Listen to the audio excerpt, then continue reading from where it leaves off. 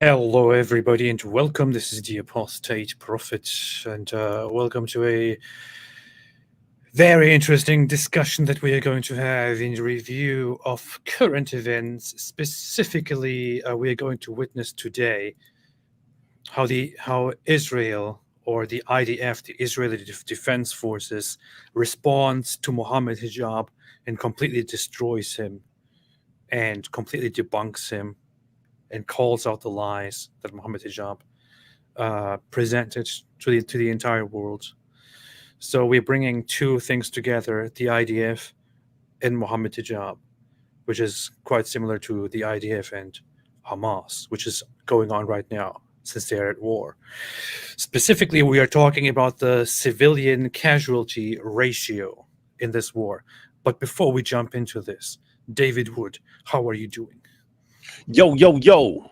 Kicking it live with the squeaky flow. How's it going, everybody? Good. Yeah. So this is well, it's interesting because Mohammed Hijab, he made his case, but then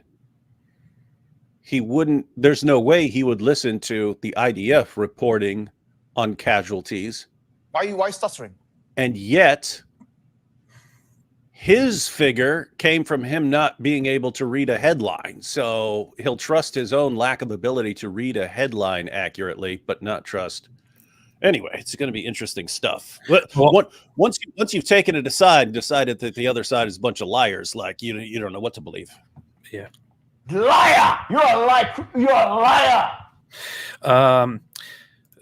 So we are going to look at what the IDF says about the civilian casualty ratio. And there was an interview today that the IDF spokesman Jonathan Conricus, I think is his name, that he gave to the CNN.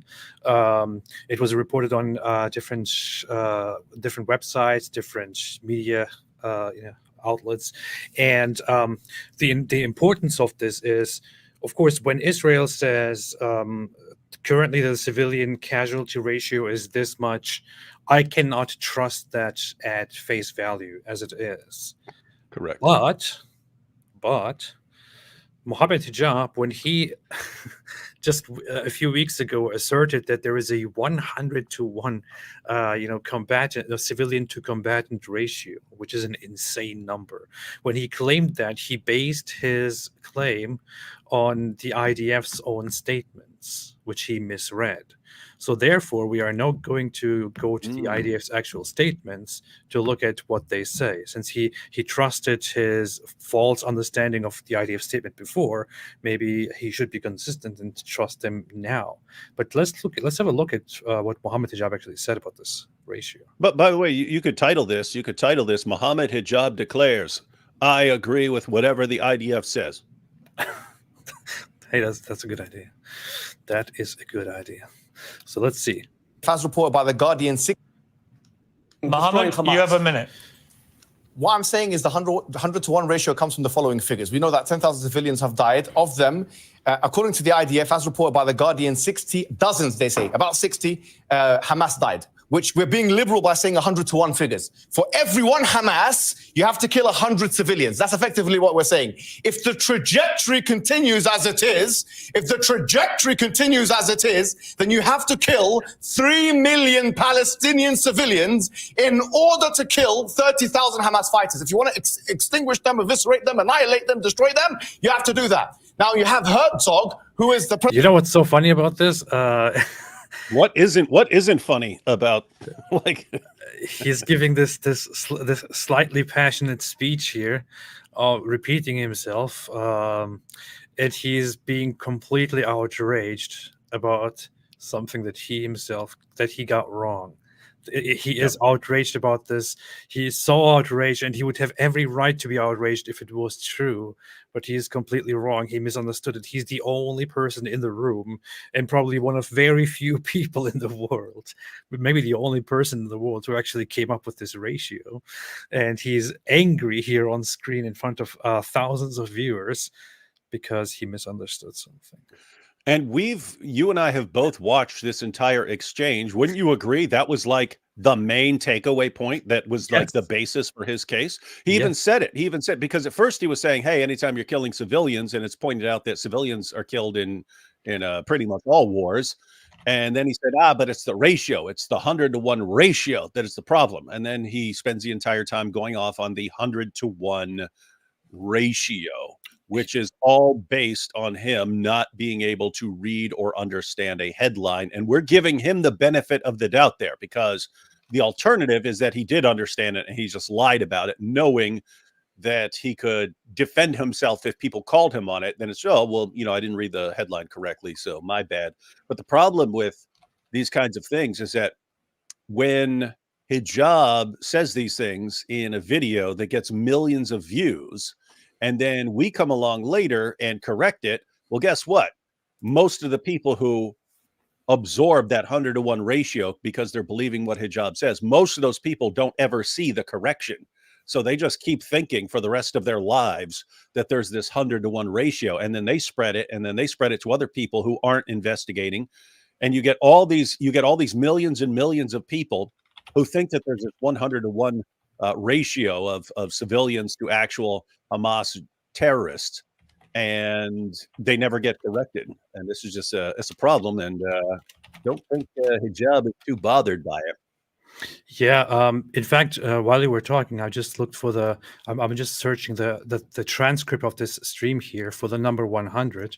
I find 17 instances from minute 6 where he mentions the 101 ratios, minute 7, 11, 12, 17, over and over throughout the entire conversation, throughout the entire debate. He brings it up again and again and again from the beginning to the end. It is his main point.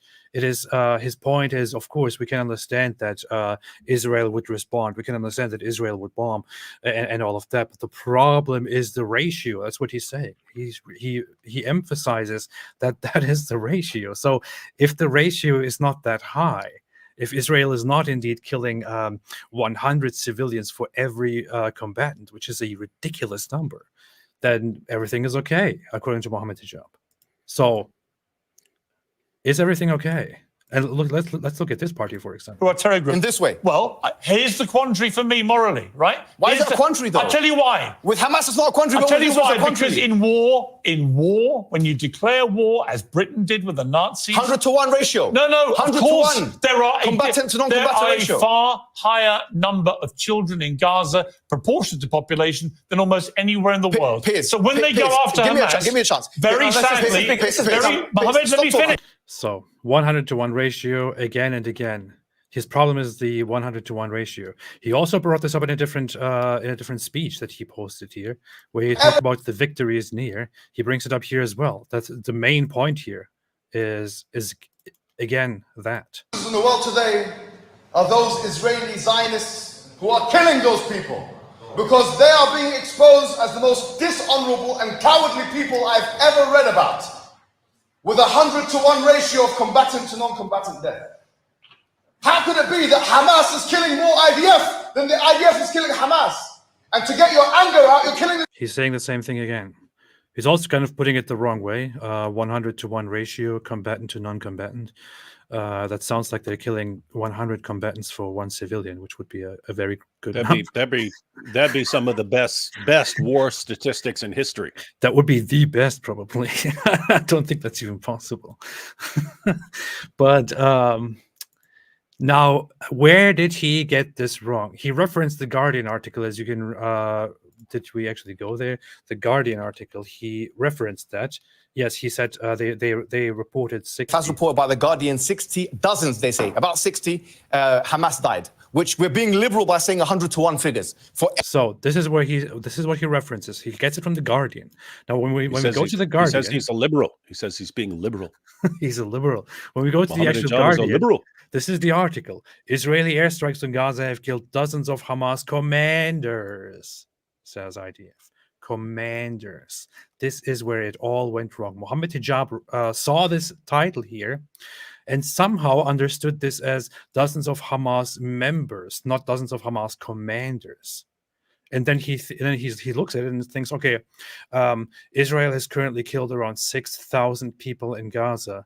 If they only killed dozens of Hamas members, then they killed 6,000 people, including 60 of them are Hamas members. That means the rest are civilians. That would be a 100 to 1 ratio. This is the absurd thought that he formed in his mind, and just because he can't read a simple headline here, which doesn't say Hamas members, it says Hamas commanders. It doesn't say anywhere how many Hamas members they killed. And just think about this in the big picture of Dawah. It's someone being either completely ignorant or deceptive, completely misreading some evidence, not understanding it, but then thumping your chest and yelling it and shouting down your opponents until everyone believes you. That's kind of Dawah in a nutshell, just being applied to political commentary now. Now, here's this is very embarrassing to look at, in my opinion. This is very embarrassing. He is making such a huge blunder, and he actually goes on Piers Morgan, viewed by millions now, and runs with this fundamental claim, which is completely false. Completely false. But the first time he went to Piers Morgan, he talked about how the image of a burnt baby was AI generated, which was completely false, which was a hoax. It was debunked, but he went to Piers Morgan to argue that. Now he goes to argue this. He went to both times with completely false premises, because he can't obtain proper information and can't judge the evidence properly. Now, here is the issue. Is he just stupid? Can he not just read, or is he dishonest? I actually chatted with him about a week ago privately, and messaged him about this issue and said, "Hey, are you aware that you completely got this wrong?" And I showed him. Are you aware of golden showers? I said, "Did you get this wrong? You clearly got this wrong. Your whole 100 to 1 ratio was completely wrong. The headline here doesn't say members; it says commanders. So this means a lot of stuff that you said on Piers Morgan and other places is wrong, and you should make a clarification and take that back." He changed the topic and never responded to what the about issue. What about Rabbi Shmuley's daughter selling vibrators and lube? Explain that then. Did I get that wrong? Was I wrong about that? No. He actually did bring up Rabbi Shmuley. He said something like I recently saw that Rabbi Shmuley, David Wood, and you came together in a group therapy session or something like that. Hey, but going along with what you're saying, because you're pointing out this should be embarrassing, right? It should be embarrassing to go on a big show against one of the most recognized rabbis in the world and build your entire case on your own stupidity, and that's best. That's the best case scenario. We're assuming he's not deliberately just lying and misrepresenting things. But I mean, you'll recall when he was talking about Ayaan Hirsi Ali, he pointed out that there is a wrong citation in the notes of her book, that she gave a wrong hadith reference. And then he said, "You see, this is why you can't trust her. This is why she doesn't know what she's talking about. You see, it's a miscitation in the notes, in the end notes of a book. That's enough to dismiss her. You can't trust anything she says. She's completely discredited herself. And yet this guy, he can't read a headline and accurately represent what the headline said. And this isn't supposed to be a problem for him at all. Yeah. Hypocrisy. So therefore, from now on, anything Mohammed Hijab says, you can't trust him. It's all wrong. How can you trust such a guy? Now, we talked about how Mohammed Hijab got his information. He got it from The Guardian. He explicitly said there that that it is the IDF themselves who gave him that number, 100-to-1 ratio, dozens of Hamas members dead, which he completely misunderstood. Very embarrassing. Pretty humiliating. What kind of an academic is this? So a development happened, which is that today we have information from the IDF spokesman. Today they gave an interview and gave us an actual ratio here. So if Mohammed Hijab references the IDF and says they said it's true, they said 101, they said dozens, and he accepts it as completely true, then how about this one? Will he accept this as true as well? Maybe he should. Maybe he should be consistent. Let's look at this, David. According to the AFP, senior Israeli military officials have said around 2 civilians have been killed for every Hamas fighter that you have successfully killed in the Gaza Strip. So that's 2 civilians for every terrorist. Can you confirm that? I can confirm the report, and I can say that if that is true, and I think that our numbers will be corroborated, if you compare that ratio to any other conflict in urban terrain between a military and a terrorist organization using civilians as their human shield and embedded in the civilian population, you will find that that ratio is tremendously positive and perhaps unique in the world. I understand that there are civilian casualties, and I understand that footage and coverage goes towards emotions and to cover those civilian casualties. So it looks like she's kind of distressed about him describing this as a positive thing. She's, I guess, gonna respond to that. But David, you know about these. You know about the civilian to combatant casualty ratios somewhat. I know them somewhat. We recently looked it up. We recently talked about this stuff. So if we are to assume that Israel did indeed kill 2 civilians for each combatant during this war on Gaza right now, would that be that would be a normal number, right? Yeah, that would be a normal number. But as he pointed out, given the area that it's in, that would be a shockingly surgical number, because that's about the same ratios you had in like World War II, because we looked this up before. It was around 2/3 of the people killed during World War II were civilians, which means it's about a 2-to-1 ratio. But notice that's overall.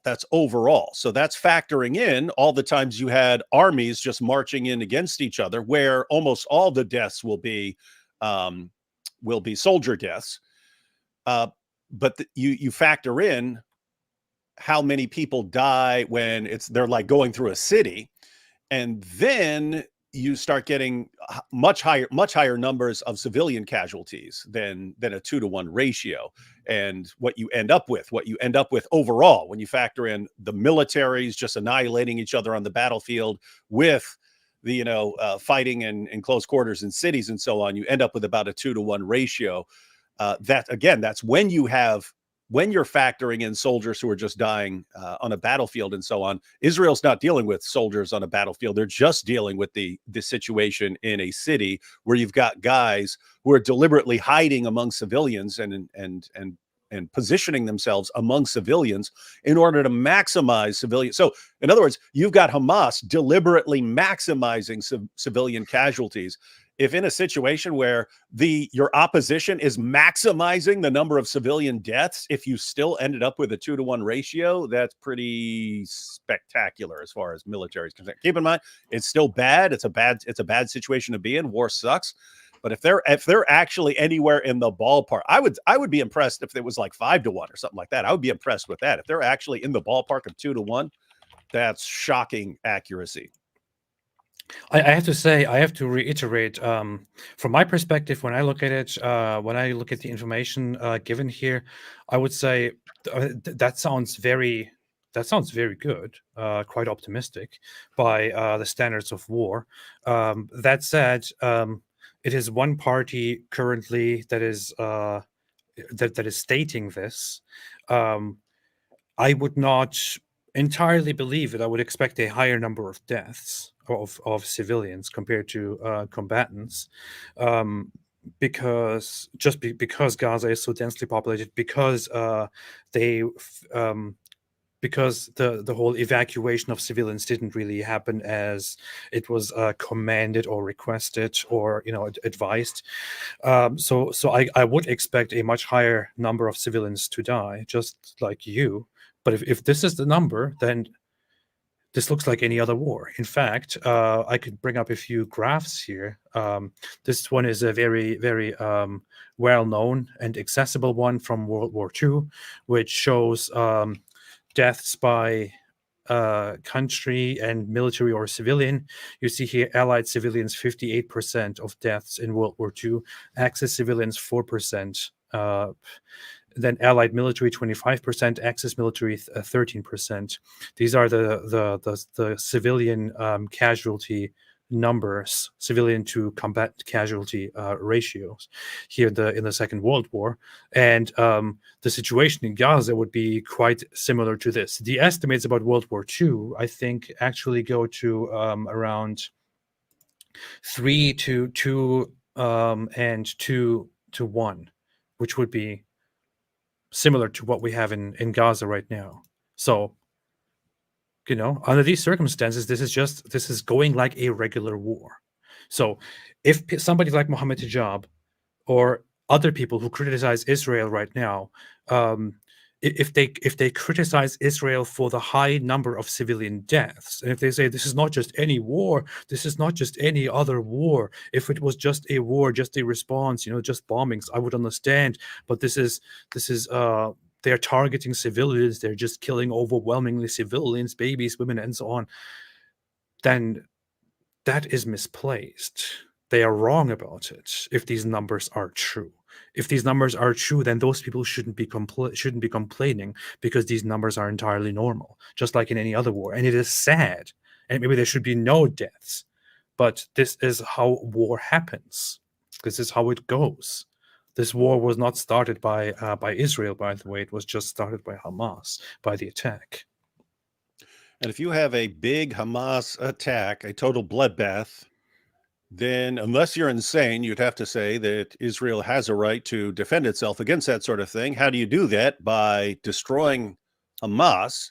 How do you destroy Hamas when Hamas is hiding among civilians?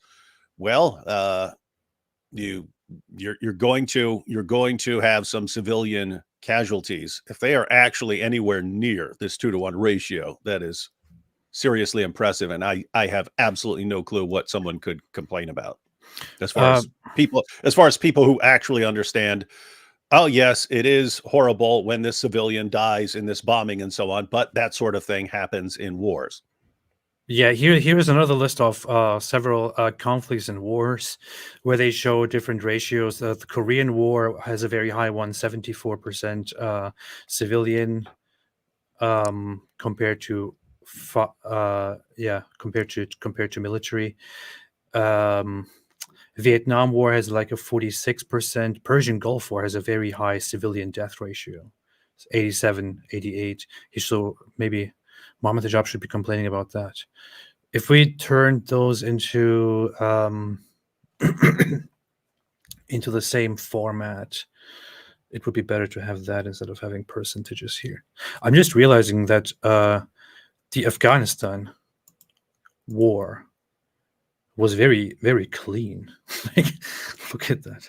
113,000 military deaths, 43,000 civilian deaths. So only 28% civilian deaths. But in general, you can see that there is an overall, like it fluctuates. It is different in every war. In some wars, it is much easier to target combatants. In other wars, it is much more difficult to target combatants without killing civilians. But it looks like, I mean, anyone can see, if you just look on a map, if you just look at photos of a city in Gaza, it will be very, very difficult to bomb or to target, to hit certain targets in Gaza and not harm civilians.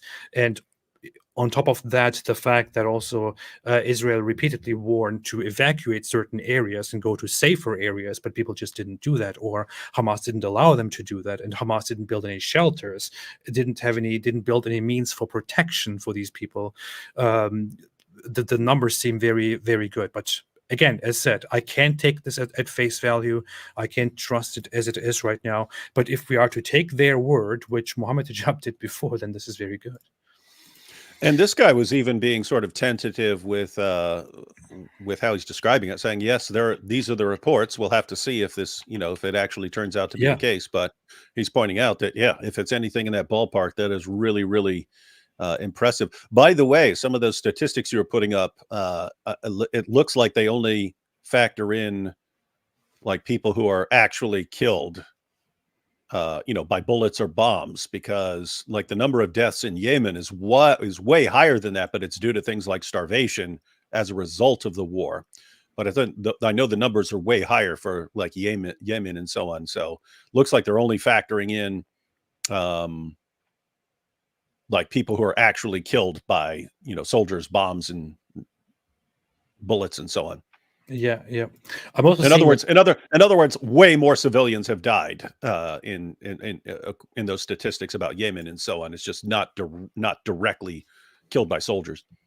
It's also interesting that when we talk about the Israel, bombing civilians, or Israel killing civilians, or Israel being so extremely bad that they have this very high civilian casualty ratio compared to other conflicts, as Mohammed Hijab just claimed, for example, in that video that we watched. We can go back to the two other wars, and we have the CNN source, which actually reported this whole. Which reported about these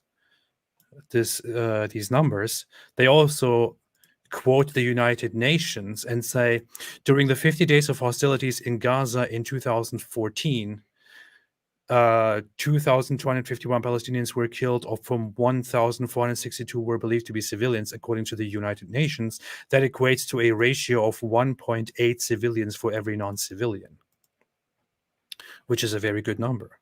Which is a very, I don't want to say good, but which is a very average, a very normal number. Yeah, you don't want to say good because you don't want to say that people getting killed is good. But I would say in that area, a densely populated area where, again, the terrorists want to maximize civilian deaths. That's surgical, man. That is Israel is sending in surgeons to fight their wars if they're getting these kinds of numbers. I also there is a report about how Israel is using an AI system which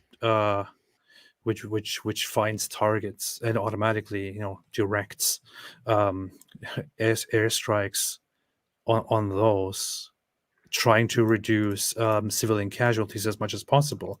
But again, those who say they're just killing civilians, they're just bombing the cities, this is just genocide, I'm sorry, but according to these numbers, this is not a genocide. According to these numbers, this is a very regular war that Israel wages. According to these numbers, in 2014, they waged a very irregular war, and under very impressive, circumstances, had a ratio of 1.8 civilians for every non-civilian, which is comparable to regular normal conflicts that happen around the world. So nobody can genuinely really accuse Israel here of committing a genocide. That is ridiculous. That is completely absurd. Clearly, there is no targeting of overwhelming numbers of civilians going on here compared to combatants. And it would mean that Israel's method is incredibly effective as far as warning people ahead of time. Hey, there is a Hamas target right there. You need to get out. If you are not Hamas, you need to get out of there. It means they are incredibly effective at minimizing civilian deaths. And so, yeah, the criticisms would, if again, you and I are in the same ballpark in that we're going to have to see some additional evidence of the actual numbers for the actual ratios. But yeah, given what you just put up from a previous conflict in 2014, and then the reports that are coming out now, that is I mean, how do you condemn them for that? I know, right? And there are some sources already saying, how dare Israel say this is okay? But I'm sorry, nobody says killing civilians is okay. The guy here doesn't say it's okay. He obviously says it's sad, but this is a normal number. Let's see what else is being said here. But what I want to say is that we will get those figures out, and they will be official and on record by the IDF with the name behind it. And then we will be able to say, and to back up afterwards with names and numbers, that we are indeed targeting the terrorists. We are not after the civilians, and we're going into great efforts in order to keep it that way. And it is, of course, hard to comprehend 2 for 1. But when you say you're going to great efforts, Colonel, one of those efforts is those IDF directions, which I don't know when you actually plugged in, but I had shared with anyone watching at the top of the show the directions for evacuation that you've put out. Yeah, you spoke about all right, so you know there's the QR code, right? And then if you click on, can't right now because there's a blackout. But if you, what was that? And then if you click on, can't right now because. Did you see the low quality of CNN broadcasting here? As there's a blackout. But if you were to click on it and you were to see where to go in this urban area, tiny little parcels, block by block, numbers, I suppose it's hard to even read it. This is the interesting thing. They are now going to bring up the fact that Israel gives people in Gaza a way to evacuate by, scanning the QR code and finding a way. But how do you expect this when there's a blackout and people can't use anything? They don't have electricity and all of that.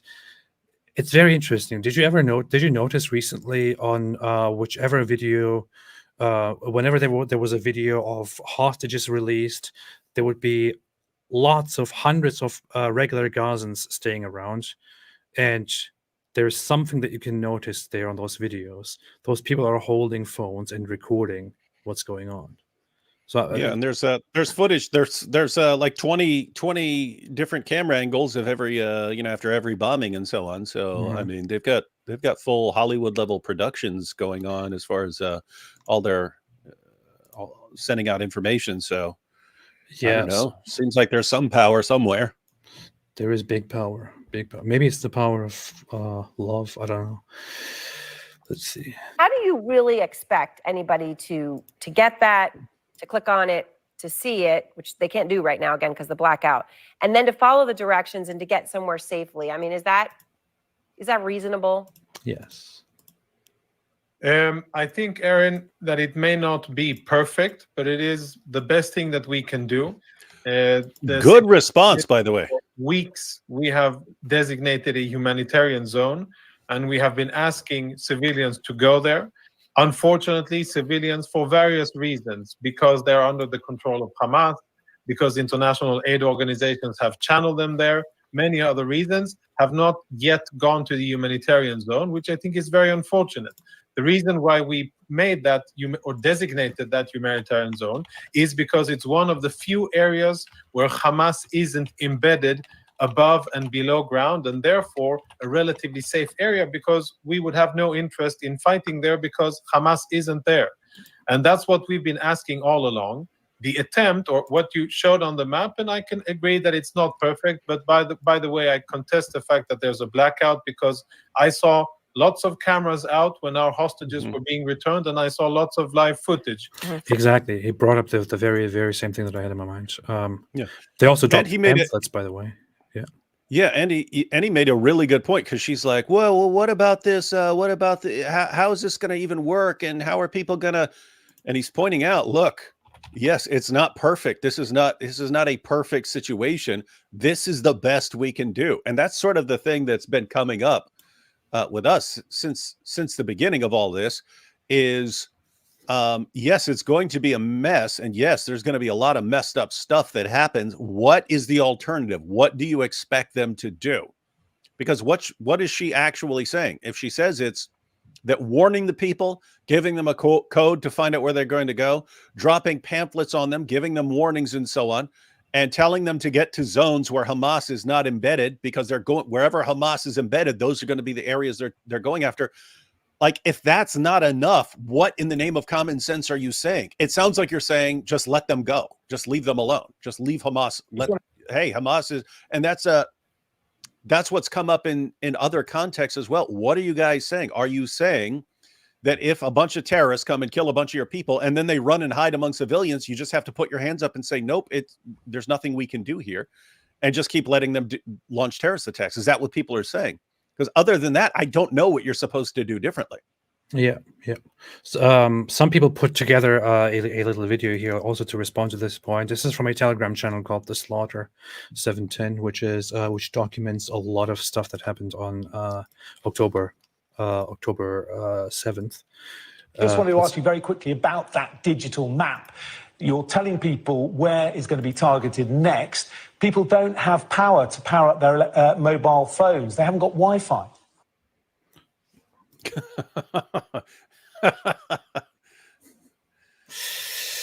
No, by the way, notice this, because you have to say, okay, with all the bombings and so on, there are probably lots of people who don't have power for their phones and so on. If someone in the area has power for their phone, look at this. If someone in an area has power to their phones, that person can get the info and warn the people around him, right? It doesn't look like, even if you want to say, okay, let's suppose 80% of these people here don't have phones. If 20% of the people in an area have access to this information about what's going to be bombed, that seems like plenty to get the word out and say, we need to get out of here. And again, if the IDF's statistics are anywhere in the ballpark of being accurate, their method is incredibly effective. I would say their method is incredibly effective at protecting civilian lives. You know what's funny? This footage here, which just shows that there is no lack of power at all. This footage is published by Hamas. So if they want to do the whole propaganda, they are publishing footage that directly disproves that propaganda point. Dummies. Yeah, idiots. Yeah. That would be like me doing this live stream right now, saying, AP, we're doing this live stream, but it really sucks where I'm at. We're in a total blackout area. We got no power at all where I'm from. Yep, nothing. Yeah. We got nothing. That's true. But anyway, let's continue our live stream. Yes. I don't have any power either, by the way. I have no internet connection. Got no internet access. We got nothing, AP. We got nothing. We got no power, no lights, no camera, no internet, no cell phone. We got nothing here, man. It sucks. It sucks being where I'm at right now. I'm completely in the dark here too. Yeah. Well, terrible. Well, tonight though there is. I was actually going to interview the spokesperson for the Red Cross. We were unable to get communications, Colonel, for 45 minutes. Yeah, I mean, there is a widespread blackout tonight. You know what's ridiculous? You have, so I don't want to sit here and just defend everything they do, but these expectations are just incredibly ridiculous. You have the IDF, Israel, declaring war on the other side after being subjected to a very brutal, the most brutal terrorist attack, where 1,000 people were killed in one day on the streets, in Israeli streets within Israel. Israel declares war, then announces that they are going to bomb, then makes, by the way, these little blasts, which are roof knocking blasts to let the people in the area know that an airstrike is about to come, right? And then they drop leaflets. They make multiple announcements in different languages, in Arabic and in English, and say repeatedly, leave the north, leave the north, leave the north, go to southern places. No place is safe, but that place is safer than the north at the moment. There's going to be heavy fighting. You're going to be targeted, and so on.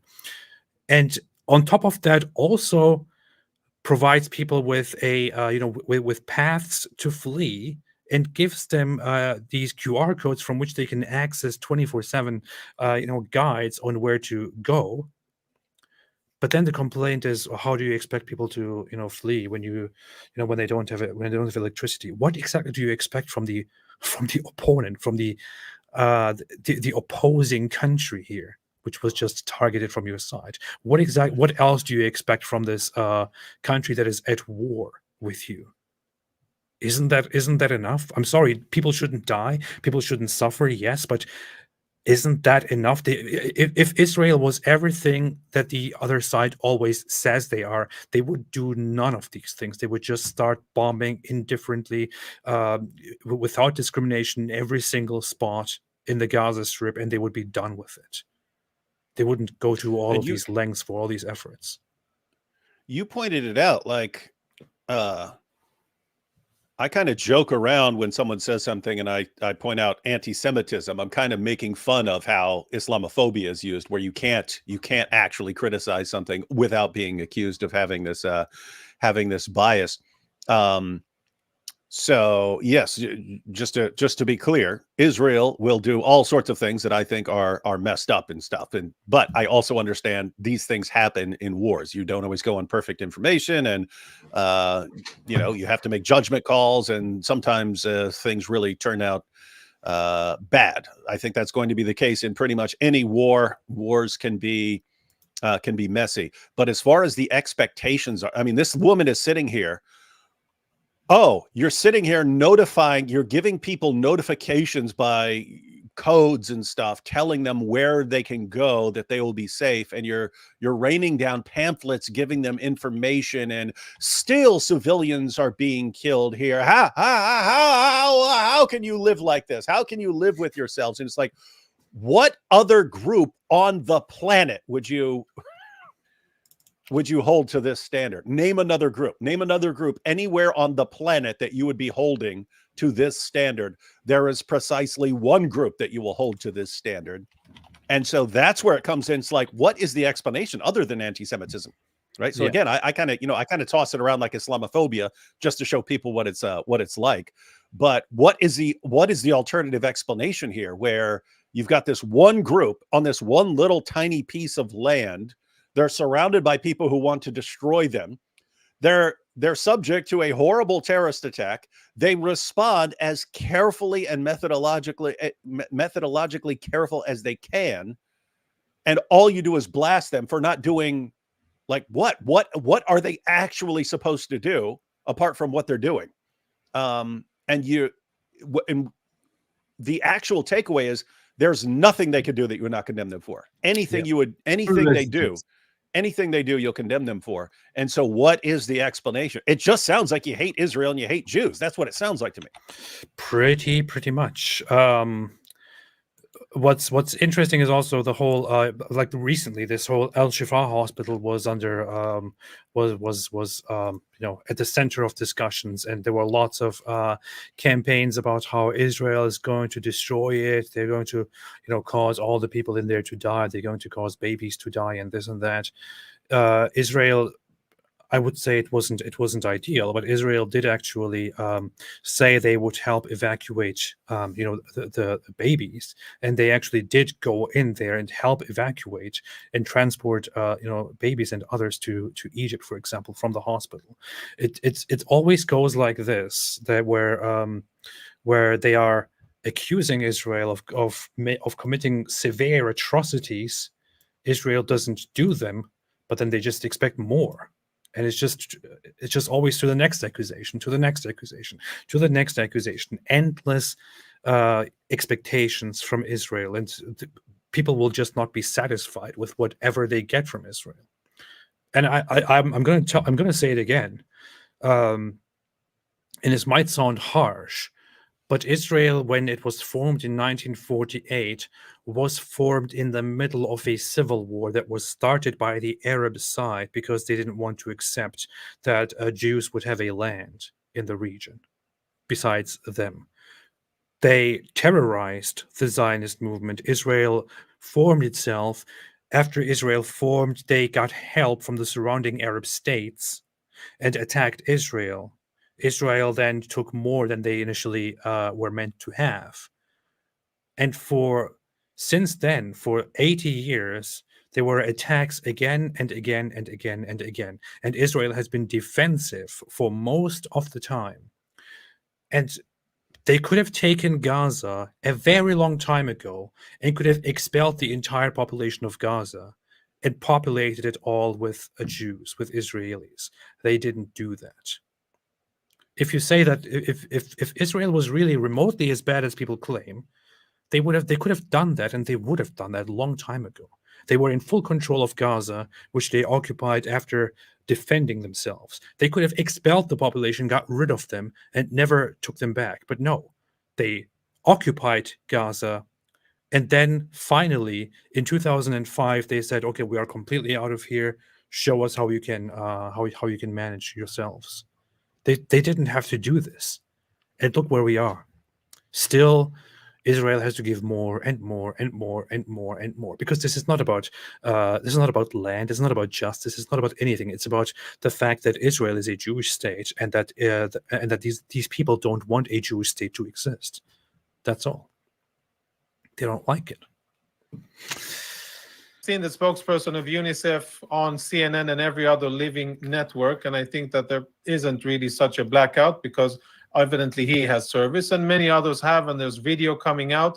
Listen, I understand that it's not perfect, but this is what we are trying to do. We're trying to reach out to Palestinians. We're trying to inform them ahead of time where fighting is going to be, in order for them to be able to take precautions and move from where there's going to be fighting. I don't know how else we can square that circle of defeating Hamas where Hamas is and minimizing civilian casualties. If anybody with military experience has an idea, we're open for suggestions, but it has to square in defeating Hamas, not seizing operations and letting Hamas win, but defeating Hamas and minimizing collateral or damage to civilians. Colonel, what an awesome response there from him, right? Yes, yes. Okay, if you know something better, and these guys always leave it open. Do you have something better? Do you have some way of improving what we're doing that isn't going to stop us from taking out Hamas? Do you have a better option of how we're doing it? Because we're doing every single thing we possibly can while insisting that we are going to destroy Hamas. If you have a better way of doing this than what we're doing, please let me know. No one ever answers that question. Well, if they do, it's in like a unicorn type fantasy of, oh, you just go in there and you go man to man, and then you just kill the terrorist who's hiding behind the baby with, precision, accuracy, sniper rifle. You miss the kid he's hiding behind and just hit him in the head, and total, not how it works at all. But I mean, they're pointing it out. What else can we possibly do? I don't see anything to this day. I don't see anything that they could possibly be doing differently in terms of overall strategy. You can say, hey, they shouldn't have, dropped this bomb here or there. But in terms of overall strategy, informing everyone as much as they can, telling people where to go so that they're going to be safe, and going down and taking out Hamas. What are people saying? What are people telling them to do other than just saying, let Hamas keep attacking you and do nothing in response? That's what is basically being said from the very beginning. It is Israel is attacked. Israel begins responding, and as soon as Israel is attacked, people are like, okay, ceasefire. Okay, let's ceasefire. That's not how it works. You know what? In my honest opinion, if Israel within the first few days or within the first few weeks completely carpet bombed Gaza in response to the terrorist attack, they could have gotten away with it, in my opinion. So, I don't know, maybe I'm underestimating the global response, And I'm not saying at all that this is what should have been done. I'm saying if Israel was that bad, and if they really were that careless about the civilian lives, in response to that attack, they could have, they could have responded with a massive attack, and they probably would have gotten away with it. They didn't. Instead, they waited for weeks and made announcements and slowly operated. And this is apparently nothing is good enough. Giovanni Garcia says, "Praise Allah, the infamous ham hoarder. All ham to Allah." That's smart. Very stupid, but very smart as well. Just what we've come to expect from Giovanni Garcia. This is very stupid, but very smart at the same time. Giovanni Garcia said, "AP, we love you even though you're a godless heathen." Thank you. You love me because I'm a godless heathen. Captain Golden Shower said, "Indeed, Allah Golden showers his blessings upon the Prophet and his angels pray for him." Al-Azab 56. Can't have a serious stream here. Giovanni Garcia said, "AP, why do Muslims wear those towels on their heads? Is it like a Jew-hating thing? Like they wear them to be like, you see, your head, it is so small, it is small, ours is big." No, it could be interesting if that was the case, but it's just something that they copied from Jewish behavior and from other behaviors. And wearing something big on your head in the Middle East is probably often ideal, especially in very hot environments.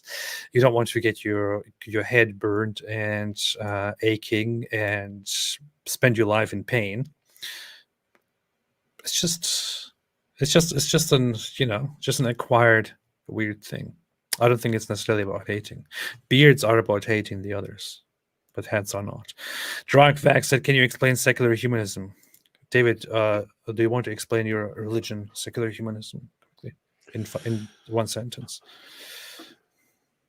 Yeah, it's let's keep specific values that used to have a foundation, knock out the foundation, and then pretend that we can have the same values.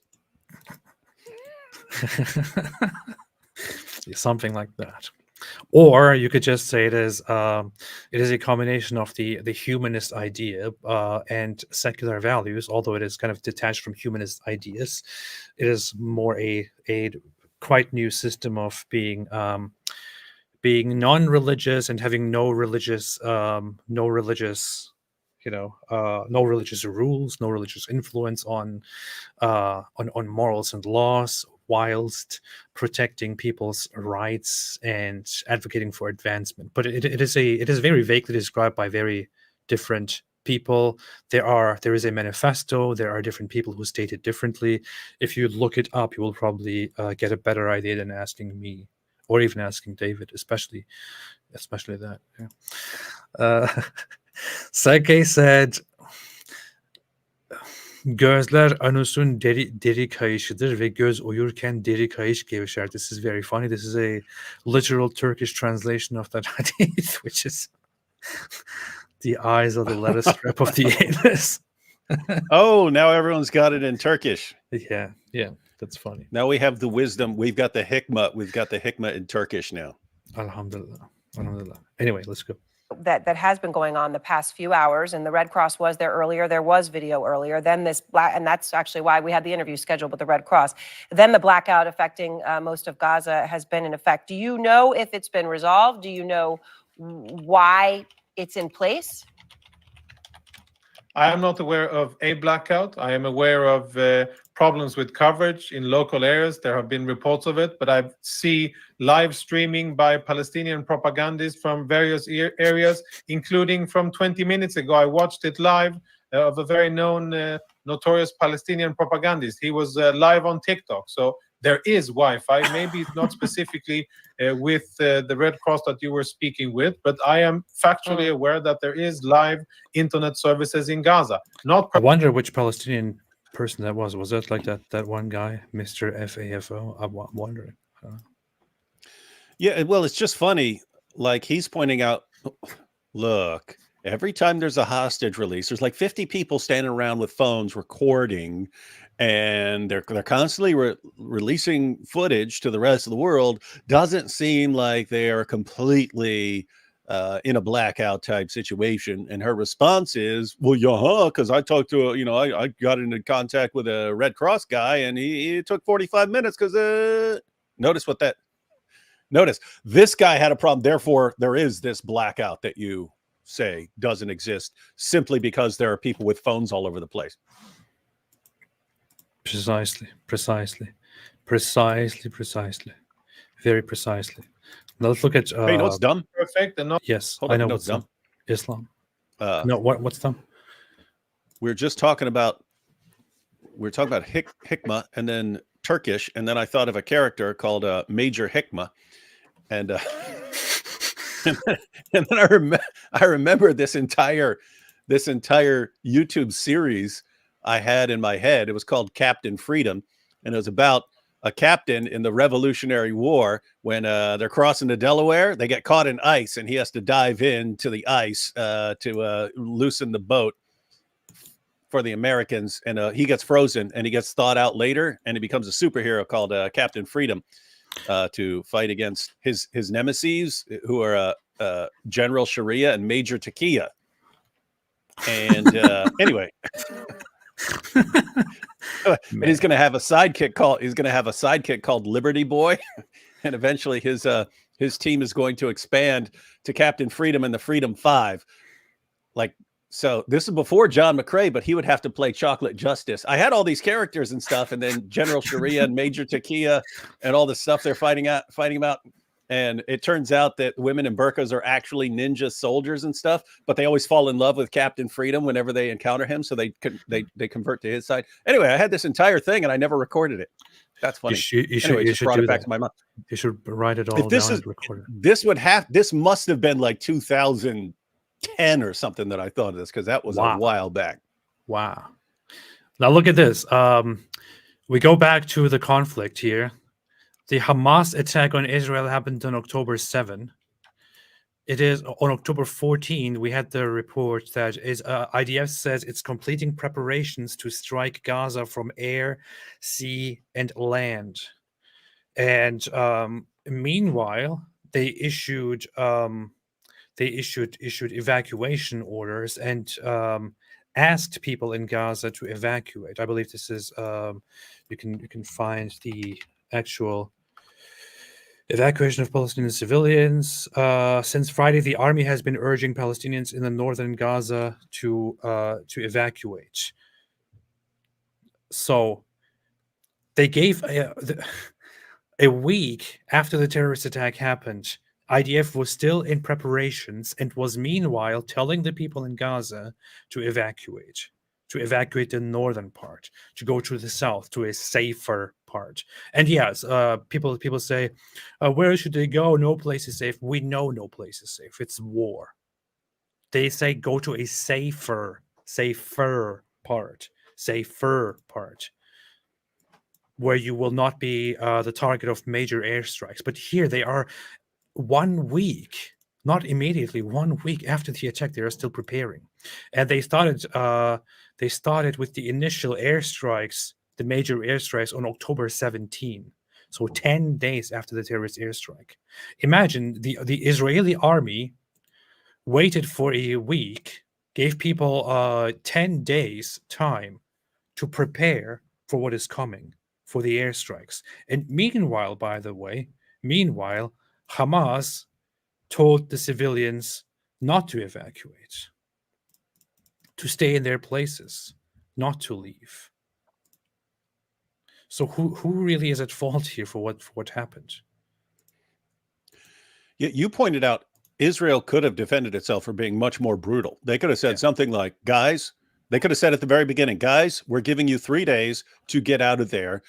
You figure it out. You figure it out with Egypt or with other nations. You figure out what's going to. We're giving you 3 days, and we're bombing that. We're bombing it down to nothing to get Hamas. So you figure out what to do about that. They could have. In fact, I mean, we've pointed out before, if you're talking about how Mohammed treated Jewish tribes and so on, they would have been entirely justified in, according to Islam, going in there, slaughtering everyone who's reached puberty, and taking the young people as their slaves and so on, according to Muhammad.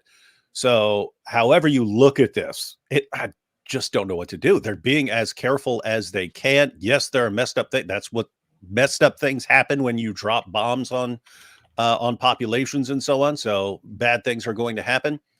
But if you've got it in your mind, we have to stop Hamas, because we cannot allow this sort of thing to happen again. There was a time when you say, okay, fences are working pretty well, we do not need to be too worried about Hamas. Now, if they're going over, under, and through every barrier that you put up, you just got to deal with them. What else are you supposed to do? I don't know. People were even complaining that they are telling civilians to evacuate. And what exactly do you expect? It's like, how dare they ask them to evacuate? Where should they go? Well, it is a war. This is not the first war we have seen. It's not the first war we have experienced. Not 5G Manhattan speed, but there definitely is international internet service. All right. Well, Colonel Conricus, I appreciate your time. Thank you very much, sir. Thank you for having me. This guy is very, very good in his responses. I believe, as far as I'm aware, with his his deal or his role at the IDF, I think he was he retired practically, and he was about to leave. But with the beginning of this conflict, he was called back to do one final job and become the main IDF spokesperson. And they told him that once he is done with this, finally he will be done with his career and he will nicely retire. So he is saying the very same thing. He's here to do one final job and then to retire. I would bet that they specifically wanted him back because he is a good representative, right? A good spokesperson. By the way, we need to get some of these IDF uniforms and we can wear them in live streams when we're discussing. That'd be kind of cool, wouldn't it? We'd look super official while we're discussing this stuff if we had that. Yes. Just saying. Yes. By the way, here's something interesting. You see what I'm saying? Imagine me wearing that while we're talking right now. Yes, with Israel flags in the back. Yeah. Listen carefully. This is an urgent military advisory from the Israel Defense Forces.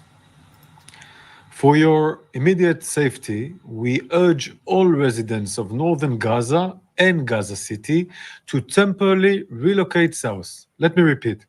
We urge all residents of northern Gaza and Gaza City to relocate south immediately. This is a temporary measure. Moving back to northern Gaza will be possible once the intense hostilities end. Hamas puts your life in danger by placing weapons and forces within civilians' area in Gaza, including schools, mosques, and hospitals. The impending IDF operation is set to neutralize these threats of Hamas with precision and intensity. Humanity remains haunted by the massacre unleashed by Hamas on October 7th, a massacre of innocent lives. Israeli men, women, children, and babies were beheaded, executed, raped, and burnt alive. We won't forget that. And the kidnapping of over 200 Israelis, we will not forget. To the residents of northern Gaza and Gaza City, your window to act is closing. Move south. For your own safety, move south. This is not a mere precaution. It is an urgent plea for the safety of the civilians in Gaza. Does this sound like they just want to kill as many Gazans as possible? Or does it sound like they're putting great efforts into preventing just that? Let's say they don't have good intentions, right? Let's say they don't actually care about the civilians. I can grant you that. You can assume that Israel doesn't actually care about the civilians. They're just doing this for show, right? Let's say they're just doing this for show. They don't give a crap about the civilians. Even if that is true, you literally have them here repeatedly again and again and again and again telling you that they're going to strike, telling you to get out, even if they are not genuine, you have the actual chance to listen to that, or your own side has the actual chance to listen to that and to make it happen. And think about it, you know, for days, I mean, they'll tell them with plenty of time in advance, hey, get out of there, head south. And the response we get, how are people supposed to head south? How is it even? Okay. I feel like they need to include instructions. Okay. Whatever room you're in, look over and find the door, right? Okay. Go over there, find the door, then walk outside. See that big hot ball in the sky? See where that thing is going down. All right. Based on that, you can figure out where south and just start walking that way, or bicycle, or however you want to do it. Just start heading south. That's all you have to do. And then you won't get bombed. Now you might have to deal with Hamas if they don't want you to leave. But this isn't terror. I feel like right now someone could message me, hey, David, we're going to drop some bombs on your neighborhood. Better head south. I'm pretty sure I could figure out those instructions. Hey, you should get in touch with this IDF spokesperson. He asked for recommendations to handle this better. You could give him your idea of how you just described it. That could be helpful. Because apparently the entire population of northern Gaza does not know how to walk down a street. Matter of fact, you've seen the beach, right? You've seen the beach. Okay, guys, what you guys know where the beach is? You know where the beach is? Go out to the beach. Walk, if you're in the north, walk over to the beach and turn left and walk down the sand for a while. Just keep walking down the sand. And then you don't get bombed. Yeah. 5,000 Hamas fighters been killed. So they say so far thousands. No, 60. Guys, so notice how many did they say? Yeah, around 5,000. It's not 60. 5,000. Hijab says it's 60 because it said 60 commanders. And he said so only 60 Hamas fighters, period, died. We're talking thousands. This is how dumb the main Dawa guy is. And it's why he's so popular. Because the dumber you are, the more deceptive you are, the more popular you become in Dawa. That is absolutely true. Truer words have never been spoken. And by the way, if you live in a war zone, and if you have a government that is repeatedly fighting and provoking the other side to get into war with you, it is probably the responsibility of your own government to make sure that you can hide and you can be safe if an all-out war breaks out. You shouldn't expect. Look, for example, if I'm in America and America somehow attacks Canada for some weird reason, and Canada is like, "Wow, this is enough is enough." You know, we are being attacked. Wouldn't have all to the be time. wouldn't have to be a weird reason. I can think of all sorts of reasons to attack Canada. But go ahead. And Canada then started bombing, all kinds of places in America. It would be stupid of me to expect that they should, prevent us civilians from dying. It would be expected that you tell your own government, because it's their responsibility, to make sure that you as a citizen are safe. Now listen to this. Or read, whatever you want to do.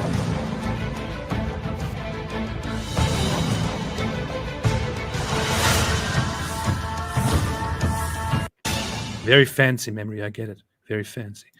So this is a Hamas political bureau spokesperson.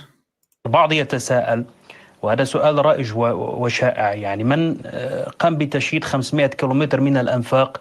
لماذا لم يشيد مآوي يلجأ إليها المدنيون خلال القصف؟ The question is very clear. You have built hundreds of kilometers of tunnels. Nobody's denying it. Great job. Yeah. Why didn't you build shelters for where civilians can hide during bombardments? That's the question. And think about why that's important, right? When Hamas starts sending missiles over to Israel, the Israelis have all these bunkers where they can go. and Yes. be safe, right? Yes. They have all these bunkers. And so you'd think, okay, Hamas keeps complaining about Israel dropping bombs and killing civilians. Wait a minute. You guys are apparently the all-time champions at building underground tunnels and bunkers and so on. So why don't you take some of this amazing Hamas ingenuity and build a bunch of bunkers to keep the civilians safe, and then no one dies? When Israel's going to launch a bomb, you guys can take the civilians and hide them. It makes sense, right? I mean, it makes sense. It's not like, oh, we're incapable of building tunnels and bunkers. We know you guys are world champions at building tunnels. You're some of the best in the universe. Why aren't you building some safe places for the Palestinians?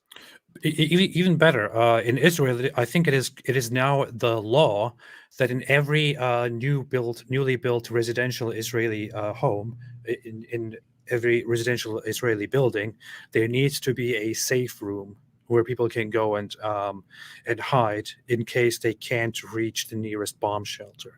And this is because they are living in the middle of a very dangerous zone where Hamas attacks or could invade. Well, lots of people, when Hamas actually broke into Israel and attacked these communities, these kibbutz, lots of people living there went into safe rooms and tried to hide there. Some people nevertheless didn't make it. Other people got away by going into those safe rooms. So Israel is living in the middle of this, and they are making sure that everyone has the needs to find a place to flee and to hide in case things go bad.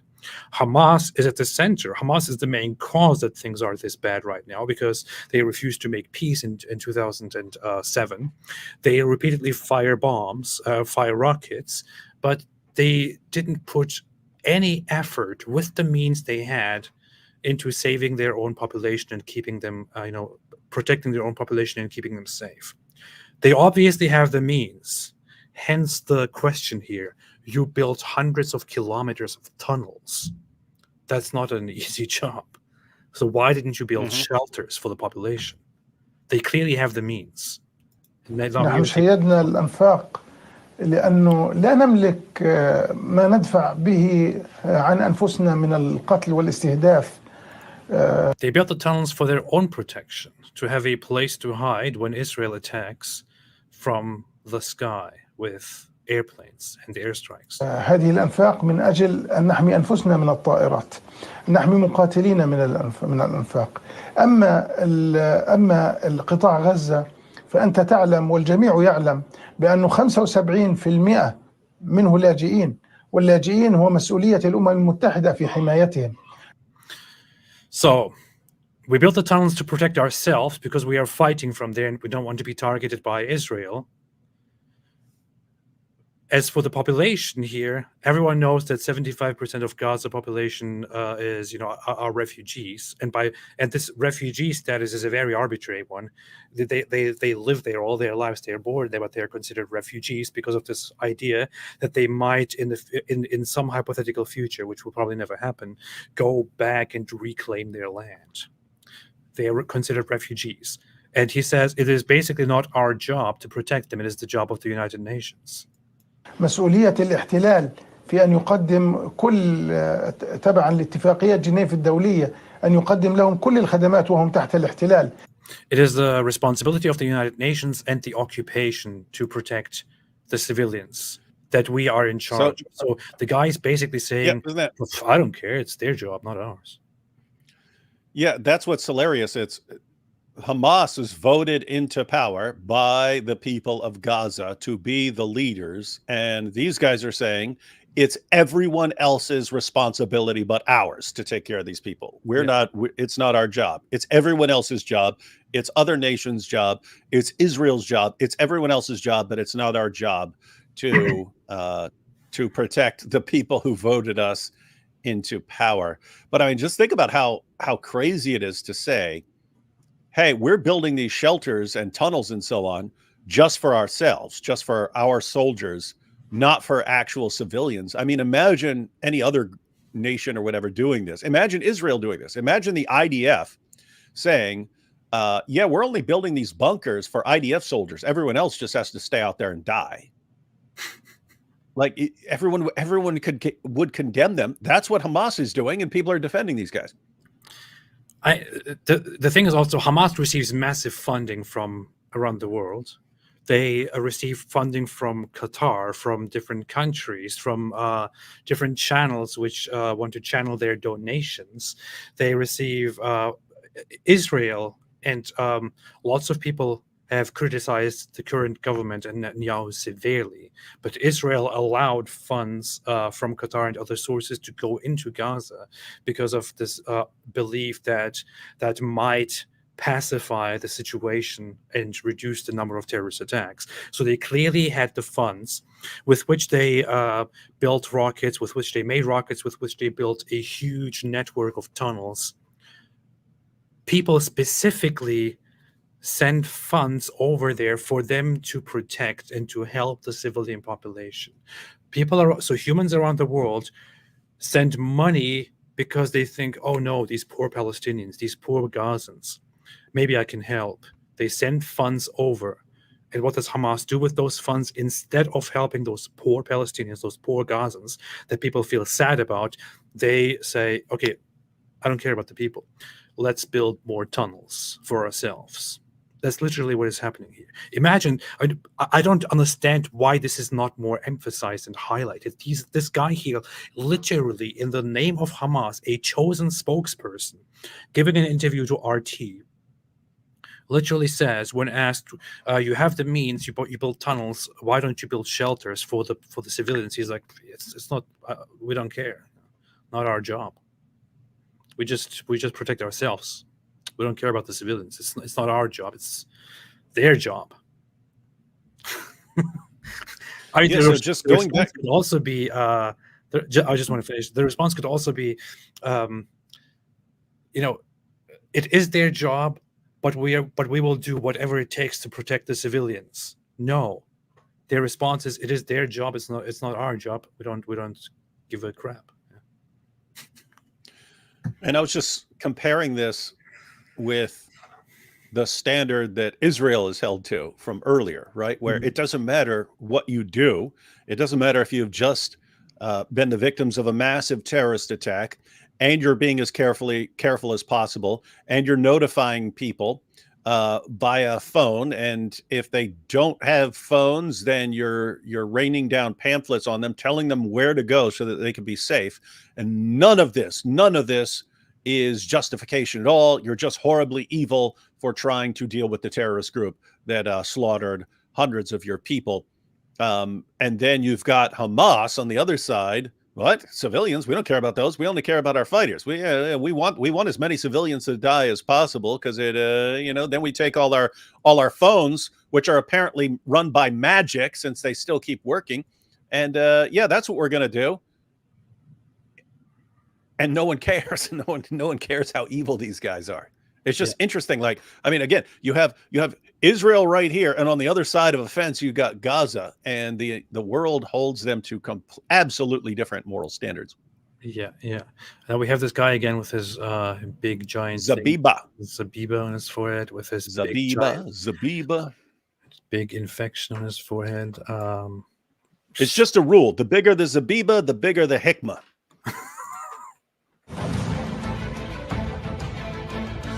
That's how you should, among religious Muslim people. That's what you do. How big is your Zabiba? My Zabiba is bigger than your Zabiba. You have a tiny Zabiba. Yeah, they gotta have like a ruler out. Look, check it out. My Zabiba is 2 inches wide. I have a huge Zabiba. Okay. You have a tiny one. Then we'll make you the new caliph of the Ummah. Here's Ghazi Hamad. It should be. We need to make a video at some point, like who wants to be the next caliph, but there's the Zabiba challenge, and these guys are like banging their heads on crap all day long to get the biggest Zabiba. that would be good comedy. Unfortunately, it's reality.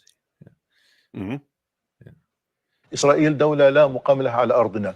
إحنا الدولة لابد أن نزيلها، لأنه بالفعل هي تعتبر كارثة أمنية وعسكرية وسياسية للأمة العربية والإسلامية. يجب أن تنتهي. This is so funny.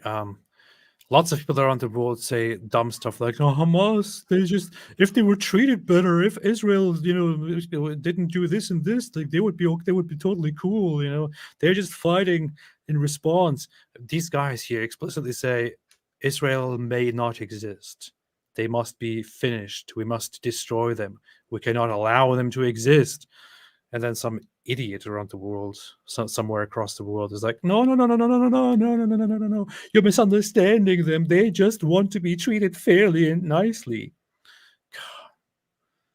لذلك احنا لا نخجل من نقول ذلك بكل قوه انه اسرائيل لازم نأدبها وحنأدبها مره ثانيه وثالثه ومش هذا حتكون طوفان الاقصى اول مره لا حتكون ثانيه وثالثه ورابعه لانه احنا لدينا اصرار ولدينا قرار ولدينا امكانيات ان نقاتل ونحارب لكن كما قلت لك بدنا ندفع ثمن نعم. He says we will attack, we will do this again and again. He says will we have to pay a price? Yes, and we are ready to pay it. احنا مستعدين. معلش بدي اقول لك بشكل واضح احنا اسمنا شعب الشهداء وبنفخر ان نقدم شهداء. احنا لا نريد. Look, he says we are a nation of martyrs and we are proud to sacrifice martyrs. This is their attitude. But when the martyrs are sacrificed, when they are slaughtered, then they're like, no, you see what's going on, you see what they're doing to us. No, help. I'm sorry, but I just don't get it. Like lots of people are still fooled by this. Maybe because they don't know, maybe because they don't understand the mindset. But at this point, I don't buy a bit of it. I grew up with this nonsense here, and I don't buy it anymore. وكان في سكان أن ينتهي وين؟ بقطاع غزة؟ ينتهي إلى لا بتكلم عنه كل الأراضي الفلسطينية. كل الأراضي الفلسطينية يعني زوال إسرائيل؟ طبعا. زوال إسرائيل, yes, all of it. All of Israel must be finished. It must be eradicated. It must be eradicated. Can you imagine can you imagine the injustice that is going on here? Look at this messed up injustice going on around here. This is oppression. There is this guy here with his hardcore zabiba on his forehead. He smashed his forehead. He hit the floor again and again and again. And now he has to sit in front of a literally naked woman here. And look her in the face. Instead of He's not look at his eyes. He's not looking at her face, dude. Look at his eyes. Look at his eye level. He's looking at an angle. Okay, well, maybe he's looking downward. Maybe he's going. I got the zabiba, but she got the zabuba, huh? What's wrong with you, man? It's like the dumbest thing I've ever said in my life.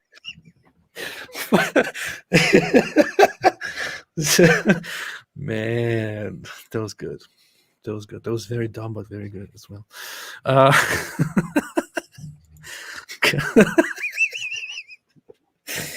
So, point in case Israel finds out that they have a 2-to-1 civilian to combatant casualty. Hey, 2-to-1, like my zabiba to your zabuba ratio. Ah!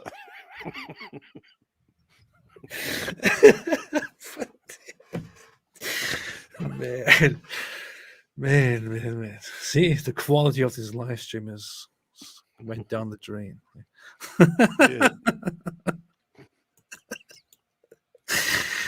Oh boy. Anyway, you heard it here. Mohammed Hijab's main problem with Israel is not that they are fighting; it's that they are killing 100 civilians for one Hamas combatant. Every one Hamas, you have to kill 100 civilians. That's effectively what we're saying. If the trajectory continues as it is, What is this? Who even does this? It's very funny. Like Rabbi Shmuley is kind of like a little bit concerned here. Look how he reacts. Trajectory one Hamas, you have to kill 100 civilians. That's effectively what we're saying. If the trajectory continues as it is, what one person is saying. Continues as it is, then you have. I find it so funny. 100-to-1 ratio. That's what one person is saying, and that one person just happens to be a person who cannot read a headline. They say about 60 Hamas died. which we're being liberal by saying 100-to-1 figures. For every one Hamas, you have to kill 100 civilians. That's effectively what we're saying. If the trajectory continues as it is, then you have to kill 3 million Palestinian civilians in order to kill 30,000 Hamas fighters. If you want to extinguish them, eviscerate them, annihilate them, destroy them, you have to do that. Now you have Herzog, who is the president that you interviewed, saying that all Palestinians, they are responsible. This man is being more slippery. He's being more slippery than the lubricants that he sells in his daughter's sex shop. And that's the reality of the situation. Did you really just say that? You know why Hijab can't understand a simple headline? No Zabiba at all. Zero Zabiba on this guy, and he can't read a headline. Coincidence? Actually, you know what, David? I have to disappoint you. Mohammed Hijab actually does have a little bit of a Zabiba, but it looks like there's some heavy makeup on his face here.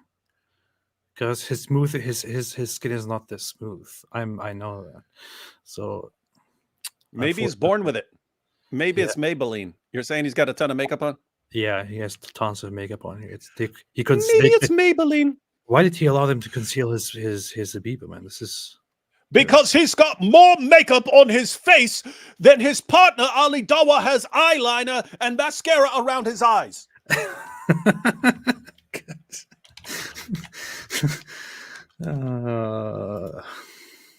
They were trying to come back into their country and they were not allowed. And then you asked them, is peace possible? That's not the question we'd be asking them. We'd be asking them, is justice possible? And that's the question that we're going to be asking. Because he can sit there and talk about all these things where the IDF, his son Mendy is being attacked vibrated by the rockets, and he's selling him and his daughter selling vibrators to the public.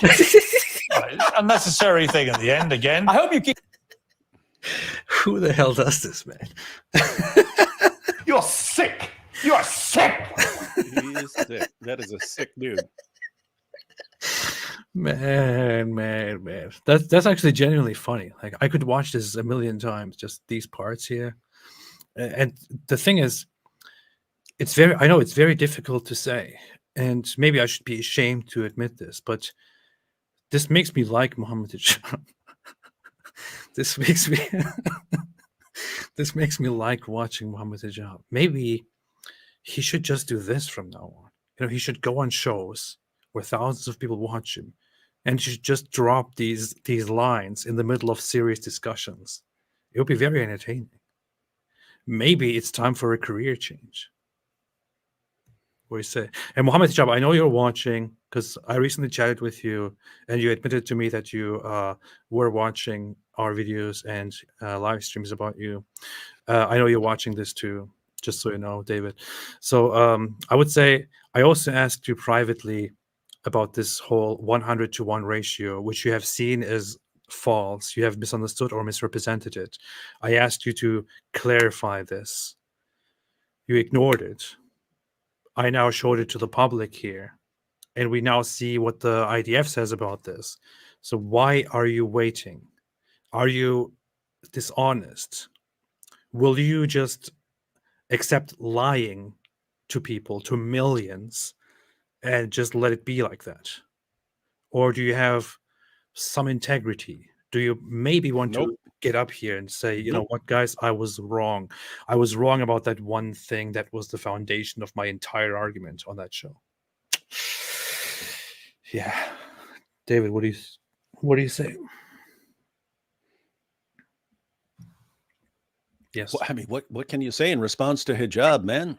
I don't know. Maybe we just have to start acting like him at the end of the day.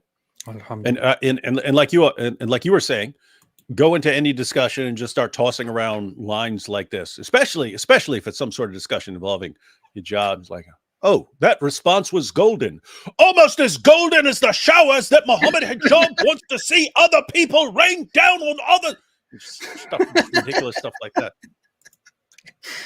Oh, by the way, you know what's funny? This started trending today. This started going around, and excuse me for the very vulgar quote tweet by Tommy Robinson here.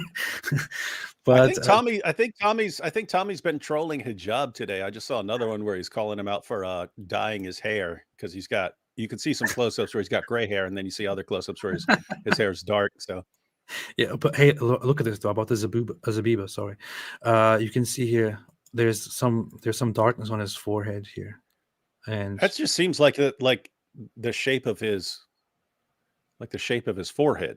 Seems to look at this ridiculous indentation there. Look at this ridiculous thing that's going on here. I can't believe this guy was making fun of people's heads' appearance. It's like a Mr. Potato Head. This is hilarious because he was making fun of people's. He was making fun of me, of other people for the shapes of their heads. And I'm looking at this, and I usually don't say this about anyone, but this just looks very funny to me. I don't know. Anyway, this was trending today. Look at that eyeliner, though. You don't think we have gangsters? We have Muslim gangsters as well. And when you go ahead and attack the sacred symbols of Islam, although our approach is not to do so, we can't stop the gangsters from dealing with you or anyone else.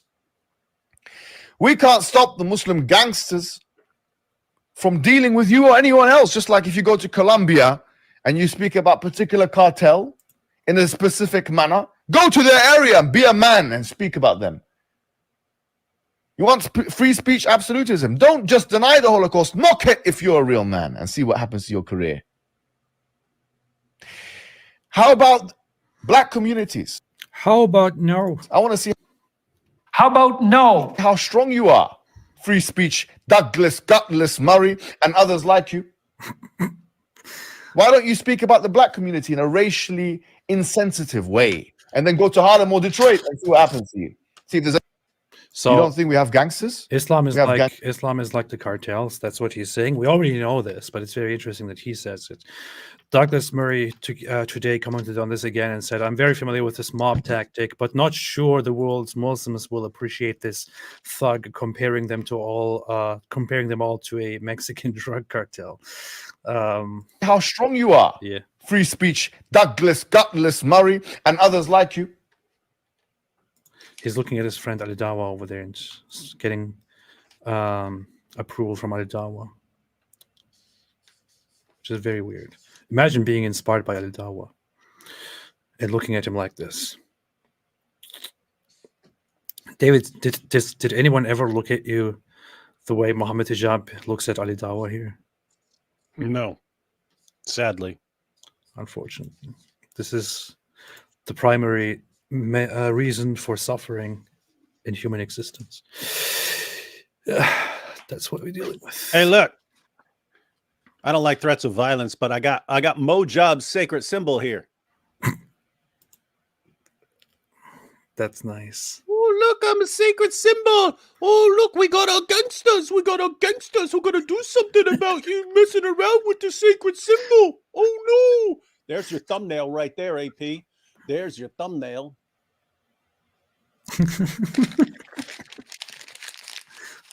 Why would you do that? Why would you do something so disrespectful? I don't like these guys. Hey, we got our gangsters. We got our gangsters. Yeah. I don't have any Qurans left because of this. I'm looking for Qurans. I don't have any Qurans left. I got plenty, dude. You've destroyed all your Qurans. I have to get new Qurans. You've ripped up all your Quran. That's why you got to have like 20 Qurans sitting around so that this situation doesn't arise. Oh wait, I found another one here. There's actually one more. Yeah, it was on the floor. Oh, that's good. It was on the floor. I probably stepped on it or something. No, it was back there on the floor somewhere. It was probably. No, I mean, it's pretty standard to use a Quran as a footrest. Yeah. It was here, and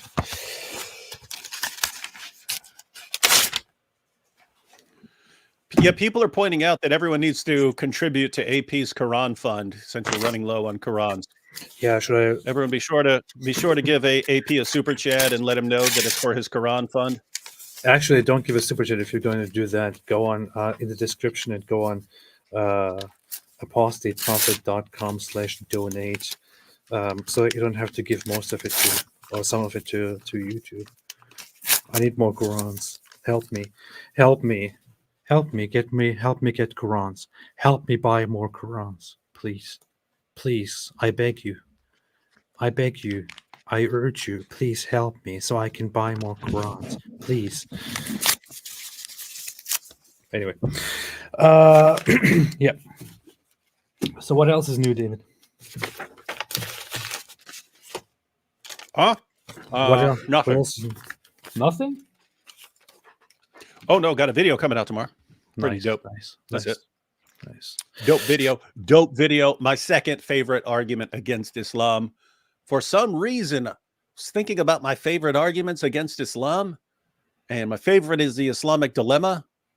But I realized my second favorite argument against Islam is something I very rarely use. So I wanted to put it together for everyone because it's pretty devastating. But anyway, that'll be out in the morning. Channel members, they already have access to it. But yeah, it'll be out tomorrow morning. So everyone check that out.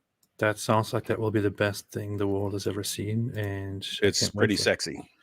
D. Boudreau said, how many plainclothes fighters are counted as civilians? That's the question here. Because lots of people engaging in terrorist activities inside Gaza and those that came out of Gaza and went into Israel were also regular civilians, allegedly, who, however, were terrorists. So that's the problem. That's the problem. That's the big, big problem. Look at this here. Look at this footage here.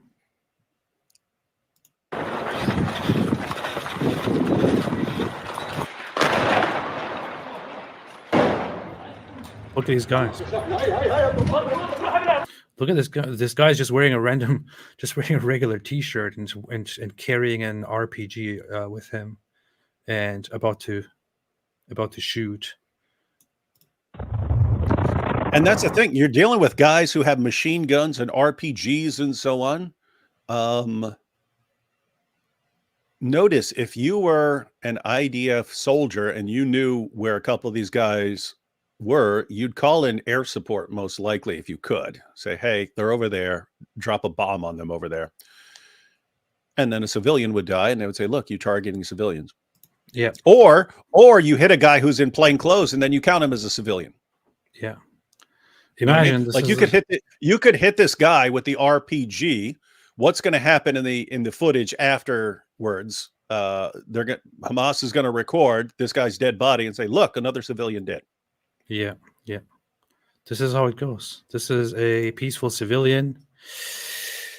This is a peaceful civilian. This is what people do. And this is their own recording, by the way. They record themselves. With their this is like Hamas says, hey, we're going to do an operation today, dress code casual, you can wear shirts, no need for uniforms, and this is how they go out there. That's what a Hamas party looks like. Giovanni Garcia said Mohammed Job appears as author on Google. What did he write? The book on golden showers? I believe he actually did. I think he actually did write a book about golden showers, if I'm not mistaken. I have to check that. Arab Inc. said Israel's ratio was tremendous in the 2014 Gaza war as well. 1,300 militants versus 900 civilians. Yeah. The United Nations says it. So all of those arguments about Israel abundantly targeting civilians are just nonsense. And mind you, Hamas gives the numbers of people killed on their side, and they don't distinguish. They just say so many Palestinians died. That's all they say. So many died. They don't distinguish between Hamas and civilian because they are mixed, and civilians also help. Born Again Stefan made a super sticker, which I appreciate very much. Thank you. Giovanni Garcia said, did you guys see the debate between Mike Roach and stop it, man, with Jana you see the kind of people you have on your channel. Giovanni Garcia is actually your fan. It came over to my channel because of you. No, he's your biggest fan who goes over to my channel because you're there. No, He even said, "We love you, although you are a heathen," or something like that. So it's your fan. Sorry to say. He's just pointing out. He's just pointing out facts there. But yeah, we see the kind of fans you end up with. Sake said, "Did you read Musab's description of how post-war Gaza will look like that he posted on X yesterday? Basically, a Mad Max tier, even more dystopian city." I haven't. His account was taken down earlier today. It was apparently gone for a few hours for security reasons or something like that, but it's back up now. So that's quite interesting. Oh, I see it right here. What is this? What is this? How post-war Gaza might look like. By then, most of Gaza's infrastructure will be destroyed. The post-war power transition will be the most dangerous and challenging period for the lack of governing authority. Unlike previous conflicts, this time Israel will not be obligated to provide any aid to Gaza. Donors will have a logistical problem in their effort to rebuild Gaza without Israel's support. Israel will not allow Gazan labor into its territory, which was the main pillar of the Gazan economy. Hamas hunt will continue for a long period without a permanent ceasefire. The fleeing forces of Hamas will have to pay their debt to their opponents in Gaza. Lack of local government, assassinations, tribal vengeance, disease, and extreme poverty could lead to a civil war. All credit goes to Hamas.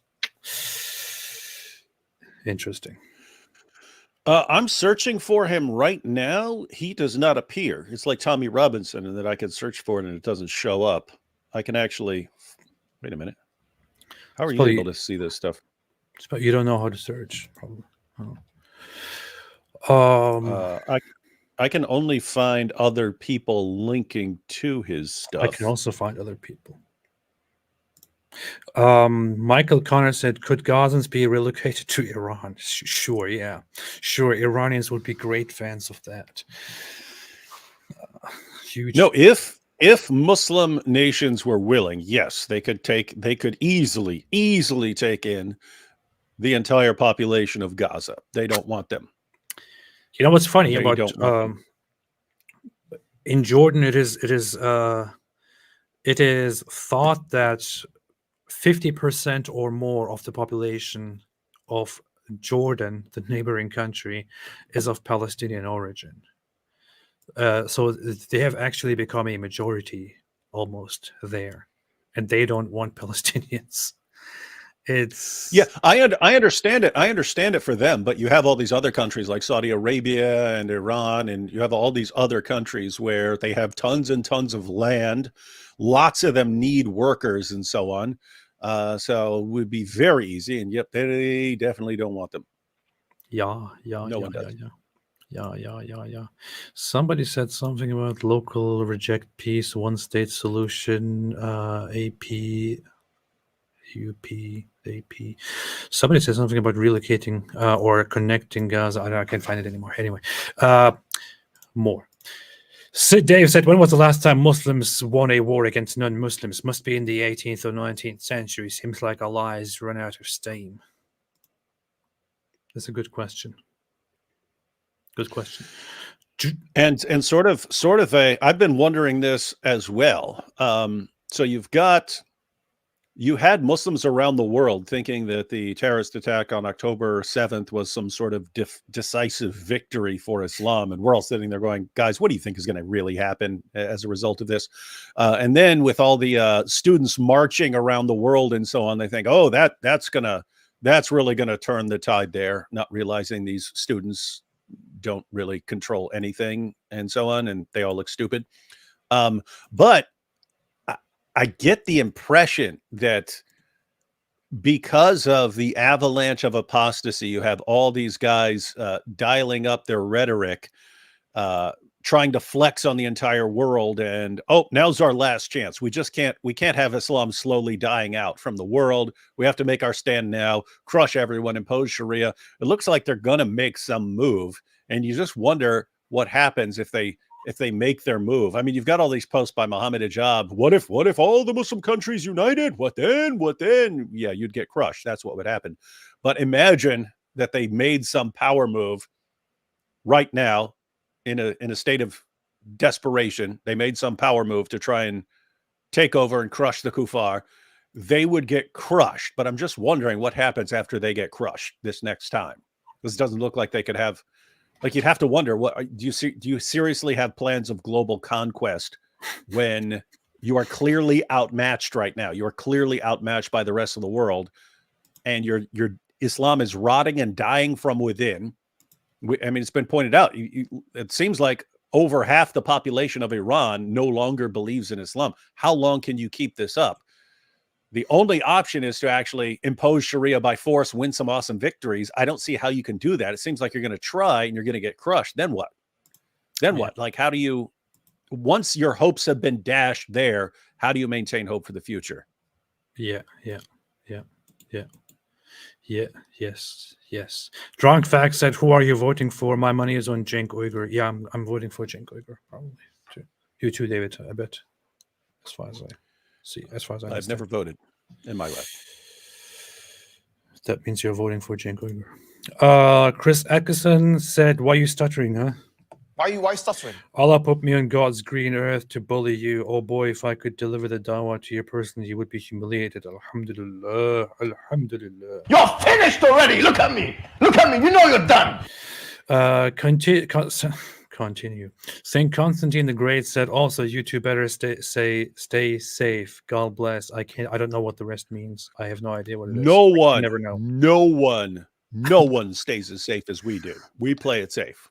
We played very safe. Always very safe. Keep that in mind. Mesopotamian Tourist said, "God bless you both." Thank you. And you too. St. Constantine the Great said, "Also day 3 of asking for Dilla Monkey versus Jay Dyer." Nope. That's a 5-hour debate. I can't do that. Dillahunty. It's Dillahunty. I thought it was like 3 hours. Same thing. 3 hours, 5 hours. Who cares? Theo Wolfie said, "David and AP, on December 7th, you feel a hard slap while you're sleeping. And when you get up to kick me out of your house, I'm going to cry to everyone that you started it by putting your house there."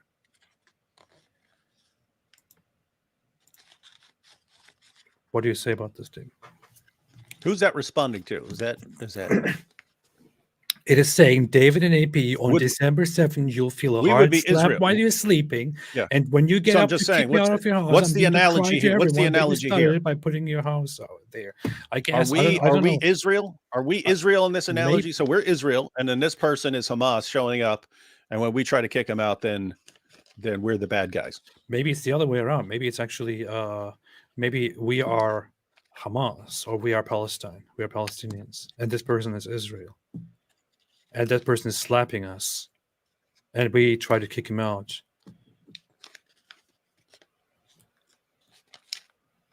And he, Israel, then cries and says, "So why they started it?" I don't know. In any case, interesting analogy. Mike Raj made a super chat and said, "Hello, AP. I'm your biggest fan and master at debaters." Huh. That's very interesting. Very interesting. Wow. Much respect to you, and I wish you good luck and more victory in your future debates, Mr. Raj. Thank you.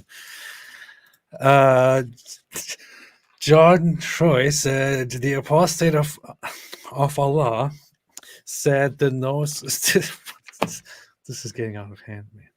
This is see what Muhammad did. Muhammad did this. No, I didn't do it. Muhammad did this. How do you not recognize what the sort of crowd of viewers that your live streams are drawing? Muhammad did this. And how does this not make you try to put together a more wholesome live stream? Sitting here talking about zabubas and stuff like that, and then look what happened. This man has real problems. Robbie Anderson said, "Why do Muslims not believe their Quran that Isa, Jesus, even Yeshua was the word of God, but can't accept the Bible which says Jesus was God and the Messiah?" Muslims are very confused.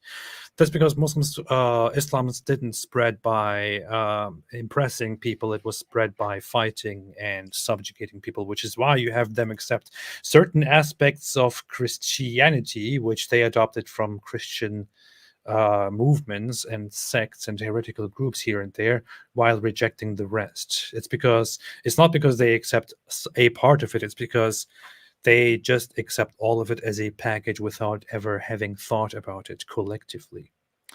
That's the problem here. Hey, Black Angel just photoshopped a picture for us. That's cool. On Twitter. Demetrius Galitsis said, can you make a video of Uti Procedure Principle? There is a great video by Eugene Gunterovich, professor of law at George Mason University. Should I send the link? I'd love your take on it. This is probably for you, David, not for me. Yes, you can send me the link on Twitter or X. I can have a look at that. Demetrius. SC Rocket XR1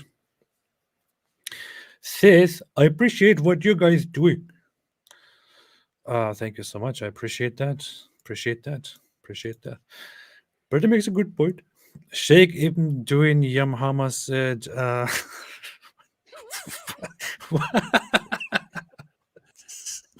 said IDF wants to save as many civilians as possible. Hamas wants Israel to kill as many civilians as possible. Idiots want to know why Israel is so evil. That's true. Idiots. That name, there was a way back in the day, there was a Saturday Night Live sketch with Robert De Niro playing the leader of Homeland Security. And they were saying they were finally taking in terrorist. They were taking calls about possible terrorist sightings from high school and college students now, and all the names were like Huspin Fartine and but it was all names like that. They were supposedly getting them from college students, but that would be a fun one to review one day, because that was Saturday Night Live was actually funny. That sounds good. Was it ever funny? I don't know. I watched several older ones and newer ones of it, and I just sit there the entire time and just curiously look at the screen, and that's it. Maybe I just don't get it. I don't get the humor. You Americans. Marisa Kennedy said, ask your doctor about camel urine. Yeah, this should be on the back of every camel urine bottle. Msema Msaki said, AP, are you a naturalist, David Wood, dualist, or idealist? I would lean towards some form of dualism. I would lean towards some form of naturalism. Giovanni Garcia said, then the last Zabiba guy comes in with his head bashed in and eyes coming out of his skull and just mumbles, look at my Zabiba. Good. Nice. Yeah, it seems like where it would go. I mean, if everyone's just striving for bigger and bigger Zabibas, these guys are like going to be bashing their own skulls in. The Zabiba games. The Zabiba action. Brent Nunsett said Islam is like the Borg from Star Trek. Yes. I actually made a short. We are the Borg. Resistance is futile. Futile, yeah. Okay. Your technological something will be used to service us or something like that. But I only know the one part, which is resistance is futile. Yeah, I made a short video like under a minute. Bless you. Sorry. Made a short video like years ago where it was just the Kaaba, but Kaaba looks exactly like a Borg cube, and so it just starts zooming in on the Borg cube. But I have the audio from the Borg. Nice. I never watched it. I only passively watched it sometimes. Human Shields Gigi Ryder said Human Shields proves that Hamas knows Israelis do care about human rights of Palestinian civilians. Human Shields is meaningless to the ruthless and inhumane such as Hamas. Precisely.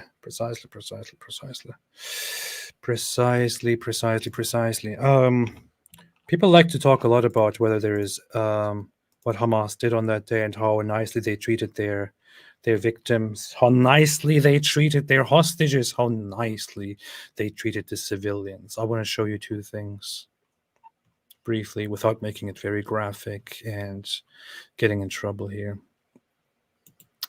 One of them is this. This is footage that started circulating. היא לא נכנעת, היא נלחמת בהם, היא עושה הכל כדי לא להיחטף. באיזשהו שלב אפילו מפילה את אחד המחבלים, ולצערי מכים אותה. But this starts from way later. Oh, yeah. לצערי מכים אותה. את יכולה לראות עם מה יש לנו, עם מי אנחנו They מתמודדים. have a captive here. 7 מפלצות מכים אישה אחת, אבל היא נחושה, היא לא נכנעת להם, עד שלבסוף הם נאלצו להכניס אותה לתוך המכונית, והכניסו אותה לעזה. משפחה שלהם, של עמית, חיכו 55 ימים, ולשמחתנו, בשבוע שעבר, 7 מפלצות מול אישה אחת, היא לא נכנעת, היא נלחמת בהם, היא עושה הכל כדי לא להיחטף. באיזשהו שלב... Imagine how pathetic these people are. המחבלים, ולצערי מכים אותה. How pathetic these people are. These brave soldiers here, these great men here, dragging one woman. She was identified as one of the captives who was recently released, Amit Susana. And 7 guys, 7 terrorists trying to fight this one woman who is resisting. Why is this blurred here? Why is this part blurred? Is it because she's... Because it looks like they pull her shirt off. Yeah. Looks like they pull her shirt off or something. And they don't care about that? Yeah. I don't know. Then he tries to carry her on her back, drops. There's more to this video where one of them punches her while she's on the ground. Which I shall have somewhere as well. Don't have it handy right now. But an even more severe case of how they treat their captives. And so, warning, it's going to include shoutings and shooting, including the civilian here being killed. Be warned, be forewarned. This is the person who was identified as Razbakovza. He was on the rave, on the music festival that day with his friends. According to his family, his best friend and his girlfriend were killed by Hamas on the spot, right there. And he was taken as a hostage. He was carried in this vehicle. And as they were running, here this vehicle stops at some point, or turns, and he, as you can see here, gets out of the vehicle and tries to walk very slowly, and then he gets shot.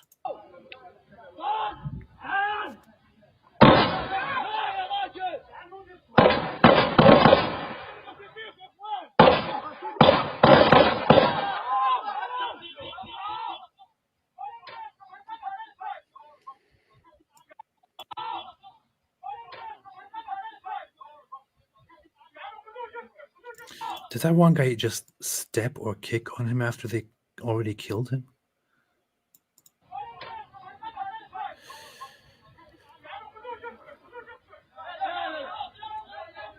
So this is it. Allegedly, they just took hostages, and it was just all for a deal and all of that.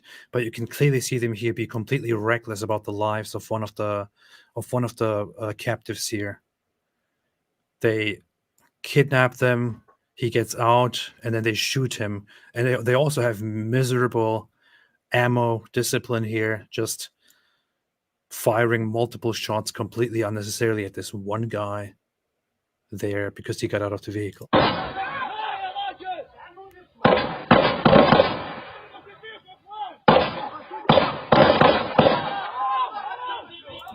11 times I counted, right? 11 times they shoot. That's how reckless and how undisciplined these animals are. Complete animals. Complete, absolute animals. But yeah, they treated the captives very nicely because that's what they are. A regulator said hosting and other cloud services, I can give a discount to anyone who mentions your channel. Interested? Nope. Thank you. I still don't know what cloud services are. Cloud services are I know it has something to do with like storage or something, but I don't know how that works. You're using cloud services literally. You used them before with me when you sent me stuff, I believe. It's like online storage. What, like Dropbox? Dropbox? I think that counts as one. Yeah. Oh, yeah? Oh, okay. I think What's the that's what thing I get when it says online storage stuff. What's the thing when I get a notification that says your iCloud storage is full, and I'm thinking, I don't care. Why would I care about that? That's carelessness. That's what that is called. Yeah.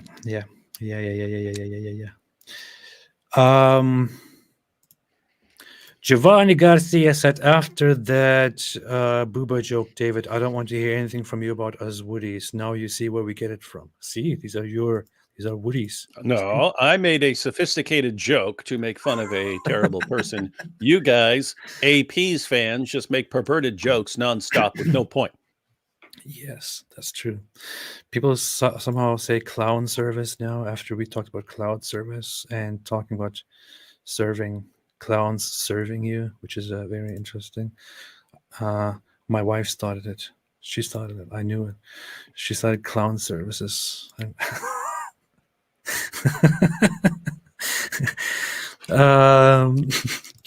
Who needs clown services when we've got Dawa? Yes.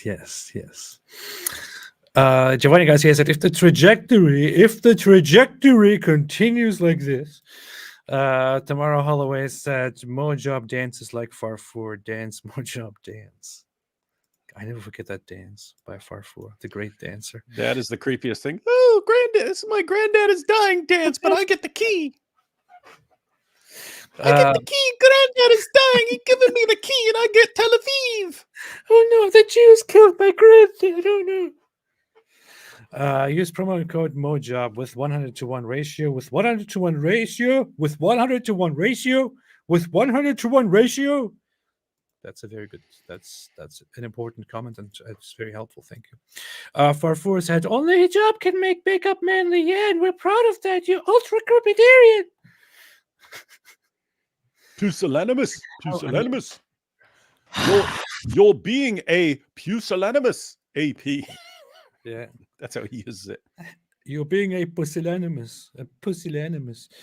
I completely forgot that I have this on my soundboard. I'm a medical doctor.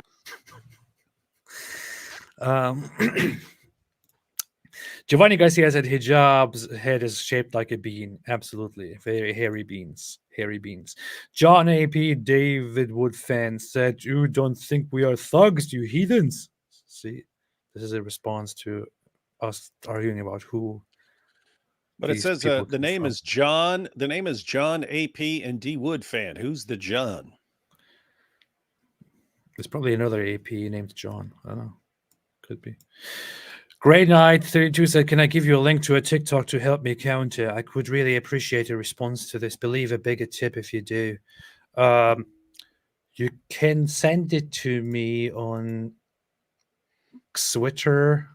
I will look at it. I will save it. I was thinking of going live and responding to a bunch of TikToks of Muslims and others. Although I was thinking of that as well. All these dumb ones that are praising the Quran, they've obviously never read it and they're stupid. Yeah, stupid. Farfour said 4 AP's Quran footrest. Thank you so much. I appreciate it.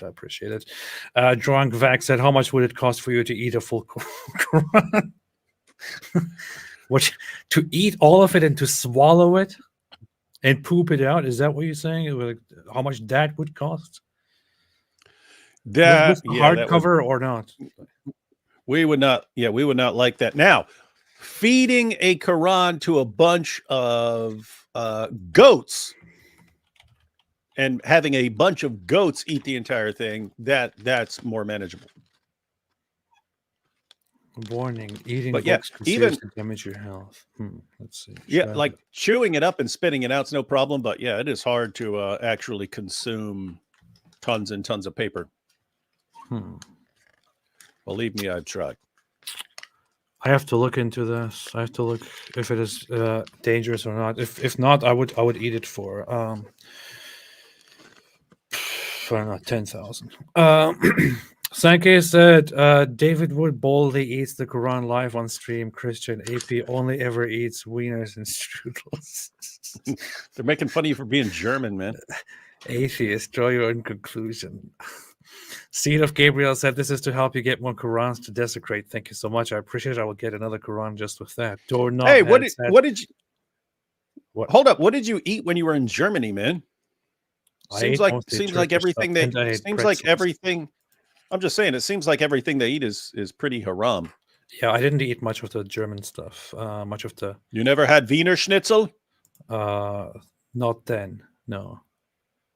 Not when I was young. For Apostate Prophet storage fund to store all the Qurans people sent him for free until the time of their destructions. This is good. I really appreciate this. Rouladen is beef. You ever have rouladen? I don't remember. But I had Berliner. Did you ever have a Berliner? A donut? It's not a donut. It's a Berliner. It's different. You remember where that's famous from, right? John F. Kennedy? Yes, ich bin ein Berliner. Yeah, I know that. Yeah, and to a German, it should be Ich bin Berliner, right? And if you say Ein Berliner, it sounds like you're saying that you're a piece of food. Yeah, that sounds. That's what I was Yeah. It does. A regulator said during COVID, I made sure I had plenty of Qurans in case I ran out of toilet paper. That's very smart, actually. It's very smart. I'm also thinking if things go really bad in a post-war environment, Qurans would be really useful. Servant of the Lord said, I really appreciate you both. You guys make me laugh when I'm going through the hardest times. Keep destroying Islam. Hey, I have a simple solution. You probably never thought about this, but just don't go through the hard times. Yeah, that's what I do. Life. I just skip those. Yeah. Just don't go through them. If you see it, just turn around. AP's life hacks. Yeah. EKNYR said, thanks for all you do. From one Israel supporting X to another. Heart. Interesting. Nice. Thank you. I appreciate it. Keep supporting Israel so that they can support us as well. Everyone knows we're all being paid by Israeli agencies and by the Israeli government in order to defend and support Israel publicly. And I think we're doing a good job. Payments are coming in. And it's going very well. I'm happy. Sir Whitemeat said Dr. David Wood has a PhD, Christian, AP, stupid YouTuber, atheist. Draw your own conclusions. What are you talking about? You're 12 years old, man. You're literally 12 years old. Whitemeat. Patricia Berger said, for your personal library needs. See, this is very subtle and very nice. No, thank you. That's good because this ain't free, ladies and gentlemen. This ain't free. Oh, by the way, I was thinking of a video. This could be funny. You know how Mohammed Hijab, when like Tommy Robinson's challenging him to debate, he challenges him back to a fight. Yes. I was thinking of making a video, with one of those punching dummies, just telling Tommy Robinson, say, hey, Tommy, Hijab challenges you to a fight when you challenge him to a debate. So you should go ahead and accept the fight.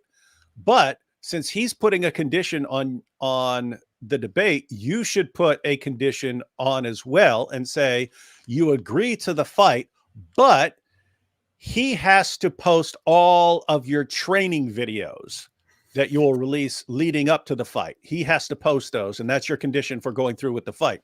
So get him to agree with that, and then I'll do your training videos for you. I'll make your training videos, and I'll have like the punching dummy, but covered in Quran pages, and me beating the crap out of it, and pointing out that, hey, you have to understand that it's not the individual, it's the ideology that's driving him. So you have to get your mind around that.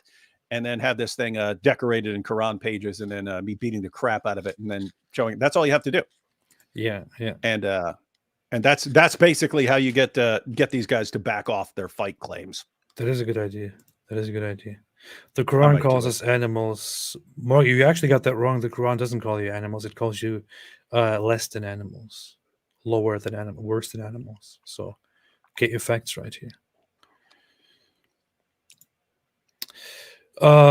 Just starting your stream. Thank you. Doorknob had said, how can there be babies without hard times? You see? These are your fans, man. This is what you produced on your live stream. These are the people who are drawn to your show. I'm happy. I'm proud of my fans. Carol B said, "Don't use the Quran as toilet paper. It's not absorbent or soft. It doesn't flush. Just make origami." I know I don't want to hurt my butt by using the Quran as toilet paper, unless it is under very difficult circumstances. So that's why I'm saying, like, in an environment where you don't have any other choice, in a post-war environment, a post-apocalyptic future, or in quarantine, if you have to live in a bunker for a while, then using a Quran to wipe yourself after you do a number 2 would be okay. Yeah. Oh, speaking of origami, it's actually Quranagami, but I was just talking to AP before we started. I finally figured out, because I told Jake, the Muslim metaphysician, that he had a Quranagami demonstration penalty for whatever it was he did. But I was still, I was settling on Star of David. I was settling on a Quranagami Star of David, but trying to think if I could improve it somehow, and just figured it out today. How to unite all faiths and be truly, truly, truly tolerant. Going to do a demonstration for Jake, how to make a Quranagami Star of David Christmas tree topper.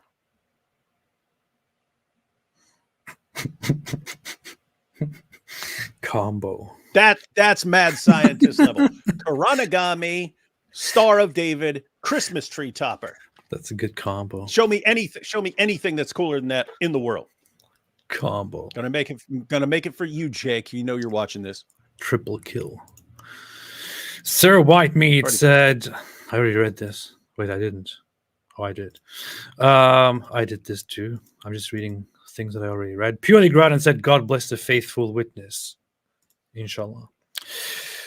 Gigi Rada said, Israel has 1/8 of the Levant. The rest is Islamic Sharia. Not the entire rest. There's still Lebanon, to be honest. And there's... Yeah, go ahead.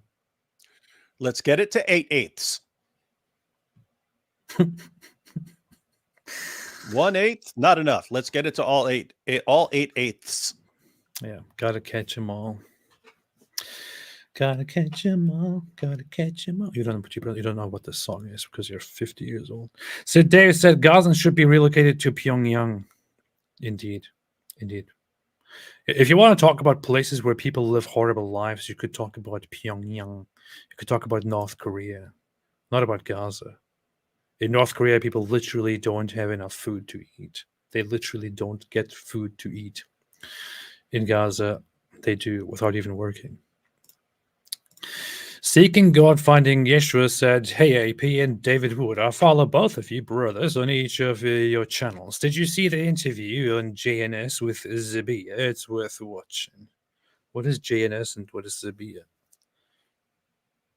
I do not know. Don't know what that is. What is JNS? JNS is JNS TV. What is JNS TV? Jewish News Syndicate. And what is Zabia? Who is Zabia? I haven't seen it at all. I don't know what it is. I could check it out later. Sid Dave said trans TikTokers are praising Islam. Please do a review of that. I saw a vid where a trans was saying that Allah got no gender and Allah is non-binary. People are retarded nowadays. So people say some really weird things. I saw that too. And I'm just thinking to myself, these people there's something really, really wrong with people. I don't know. They really got their information from the very, very wrong places. What do you think, David?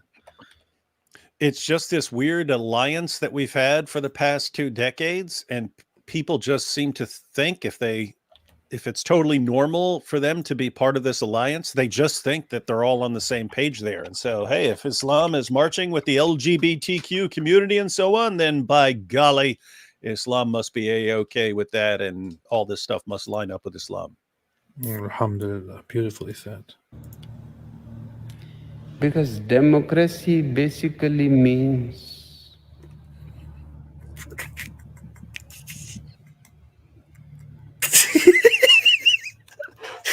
government by the people, of the people, for the people. But the people are retarded. Wait, this is a short one. They cut this short, okay. Oh, you didn't get the full one.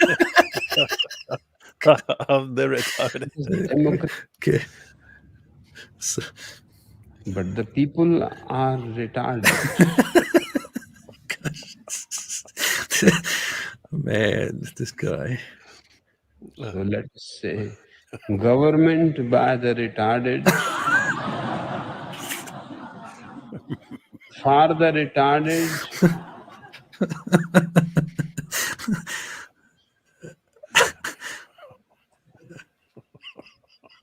of the retarded.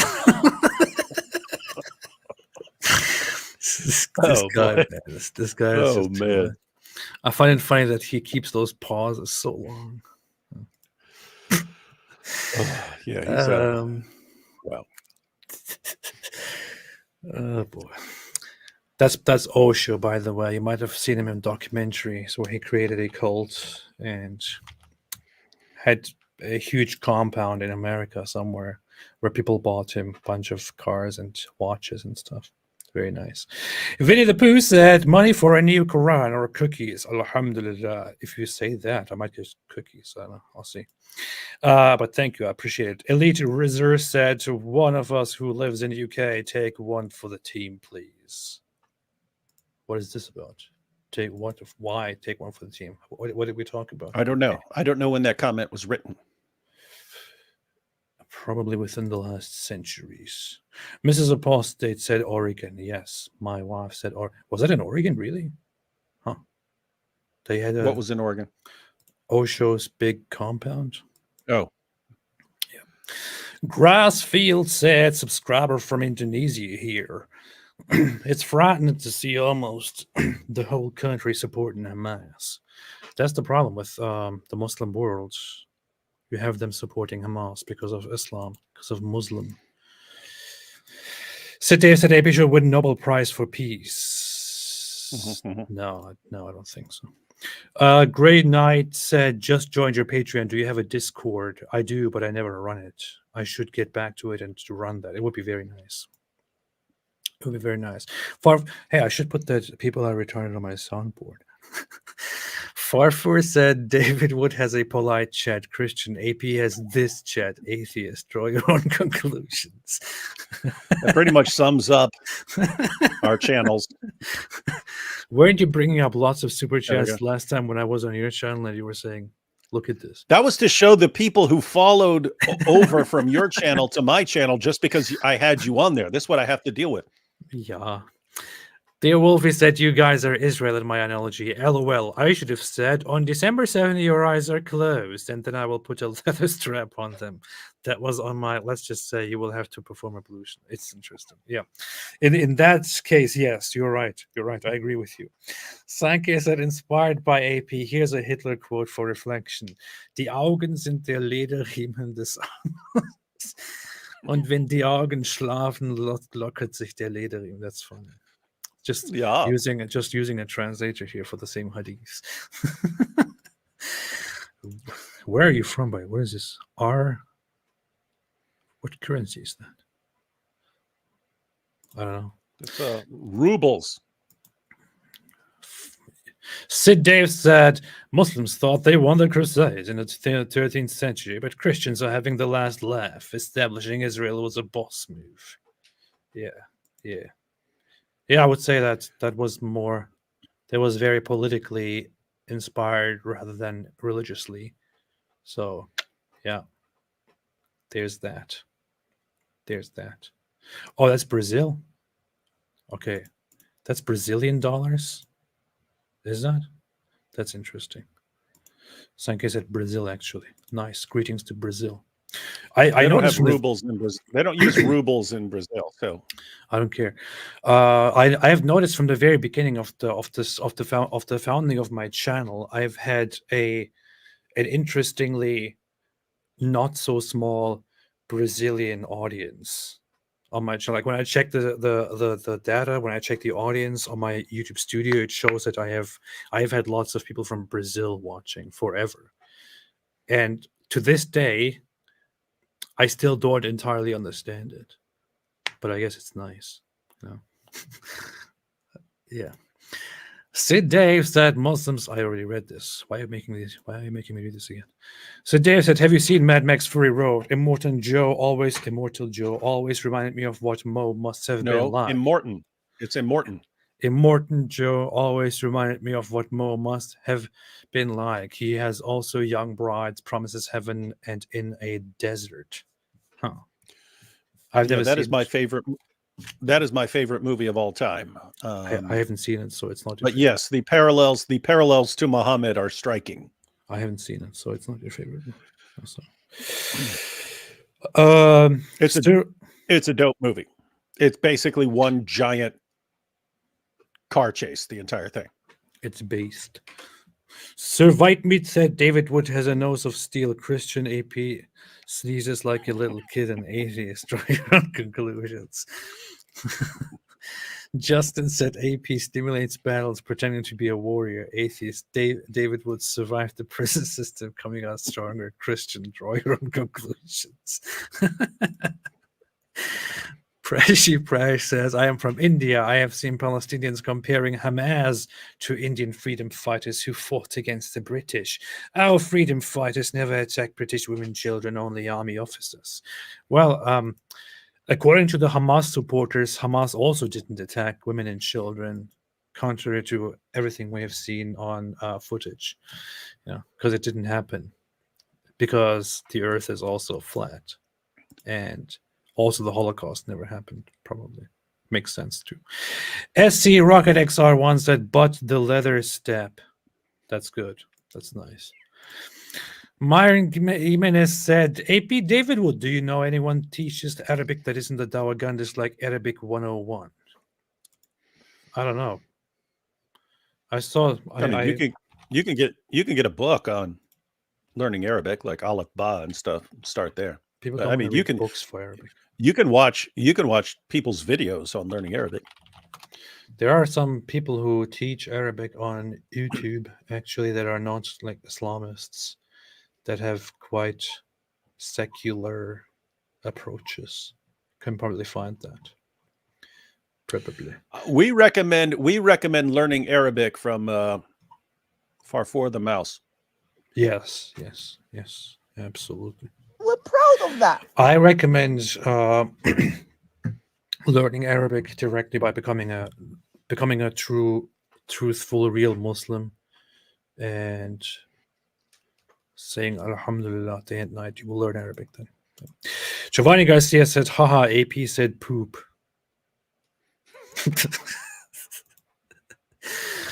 Beverly Hills. These are your fans, man. This is the level of the mentality of your fans. I love it. I'm proud of that. We're proud of that. Beverly Hills. This is what you've been doing for years. You've been building a community, but now we're looking at your community, and this is what you poop. This is what I have been building, fostering. This is my dream. This is your life's work. This is what your life's work has come to. It's my dream come true. Beverly Hills Homeless said, "Thank you for speaking out against Islam. Stay safe." Yes, stay safe.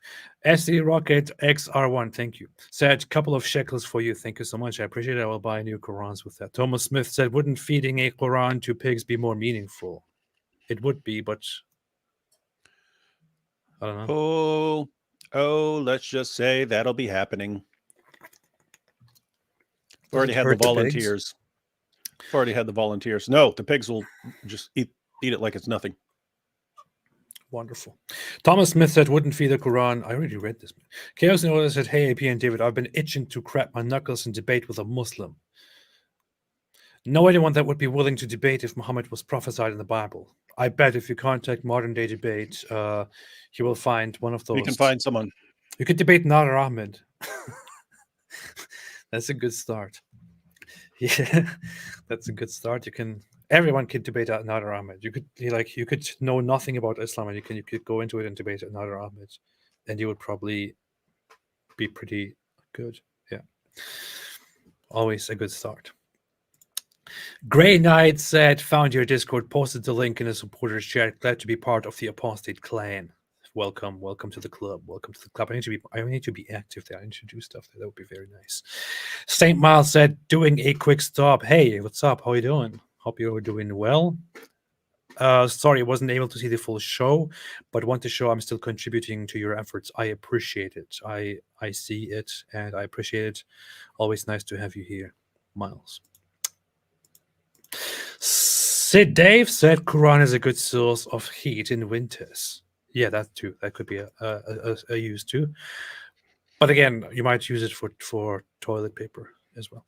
Human Liberty said, "Israel should say we are sending martyrs to Jannah, shirk to claim that's not the best for them. Please search your emails for one signed by Nanny Poo Poo. You say Zabiba, I say Zabuba. Let's call the whole thing off." Do you even know that song, AP? I don't know it, but I can. What is this? You say Zabiba and I say Zabuba. I don't know that. Zabiba, Zabuba, Zabiba, Zabuba. Let's call the whole thing off. Twitter just introduced a new thing called Premium Plus subscriptions. I guess Elon is trying to counter the whole, being blackmailed by companies, by advertisers, by introducing new plans for Twitter users. That's funny. I will check it. I will check it out. I'll check my email and see that. Human Liberty. I'll check it out. Eric and Alkane said, "Store Quran as a counterexample to the future civilization." Yeah, could put notes on there and do that.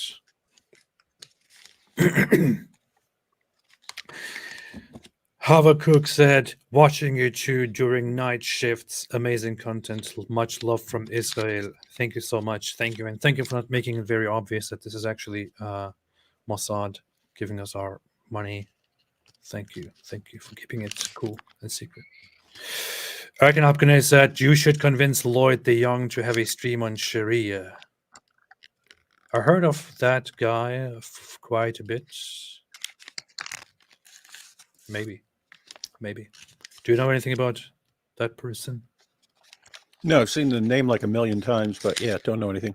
I've seen it 2 million times. Bukharian said, I never trust anyone named Lloyd. Lloyd, yeah, why? They start their name with 2 L's. What kind of crap is that? I know, it's ridiculous. Change your name. Go change I feel like they're born to stutter or something. Lloyd. I find it funny when they say Jews never suffered in Muslim lands. There's articles on Wikipedia that talk about the Bukharian Jews' forced conversion to Islam. Definitely check it out. Search. Yeah. There, if you just stop in the 19th century, in the 1800s, there were several pogroms, several attacks on Jews. There was one major incident, actually. It's called the Damascus. Yeah, great. Damascus Affairs, I believe. Yeah, Damascus Affair that happened in 1840s, which actually contributed to the entire idea of having to relocate Jews to a safer place where they will not be targeted by mad people over rumors. There was a major incident called the Damascus Affair where a man and his servant disappeared, and it was rumored that the Jews killed him. That was called a blood libel, an actual blood libel.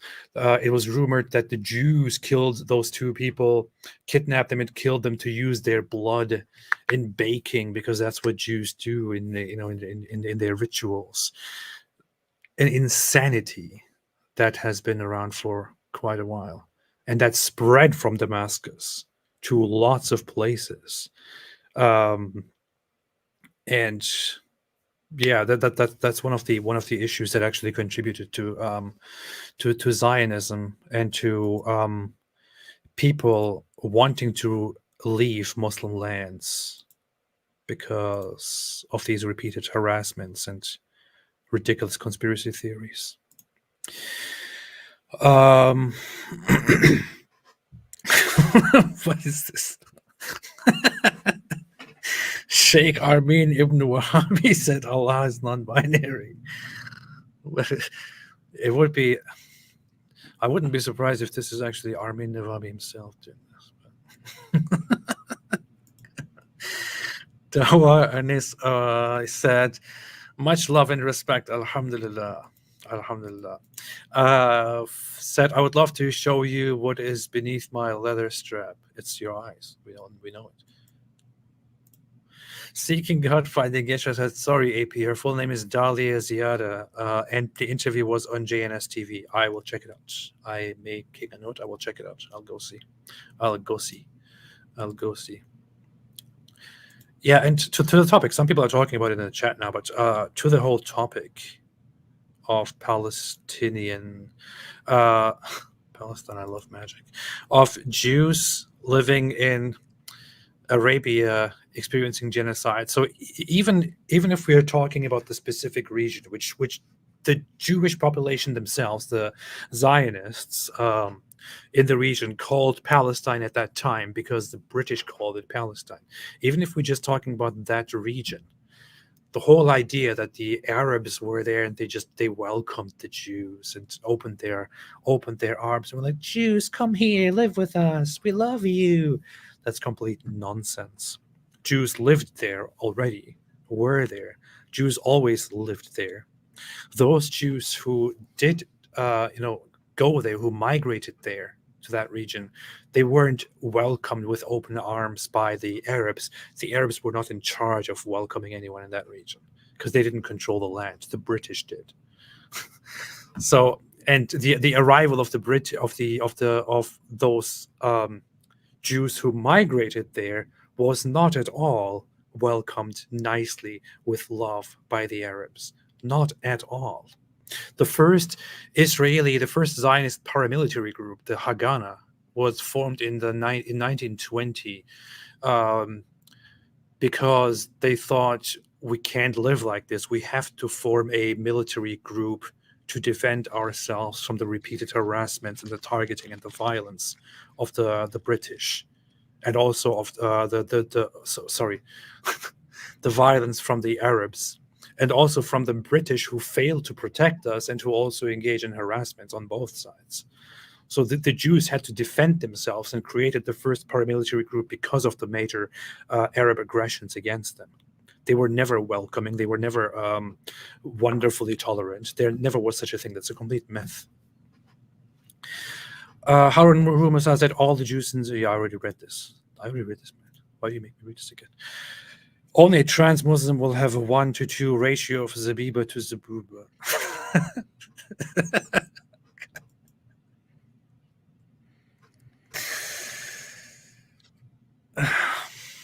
SC Rocket said, "Greetings and salutations from South Carolina."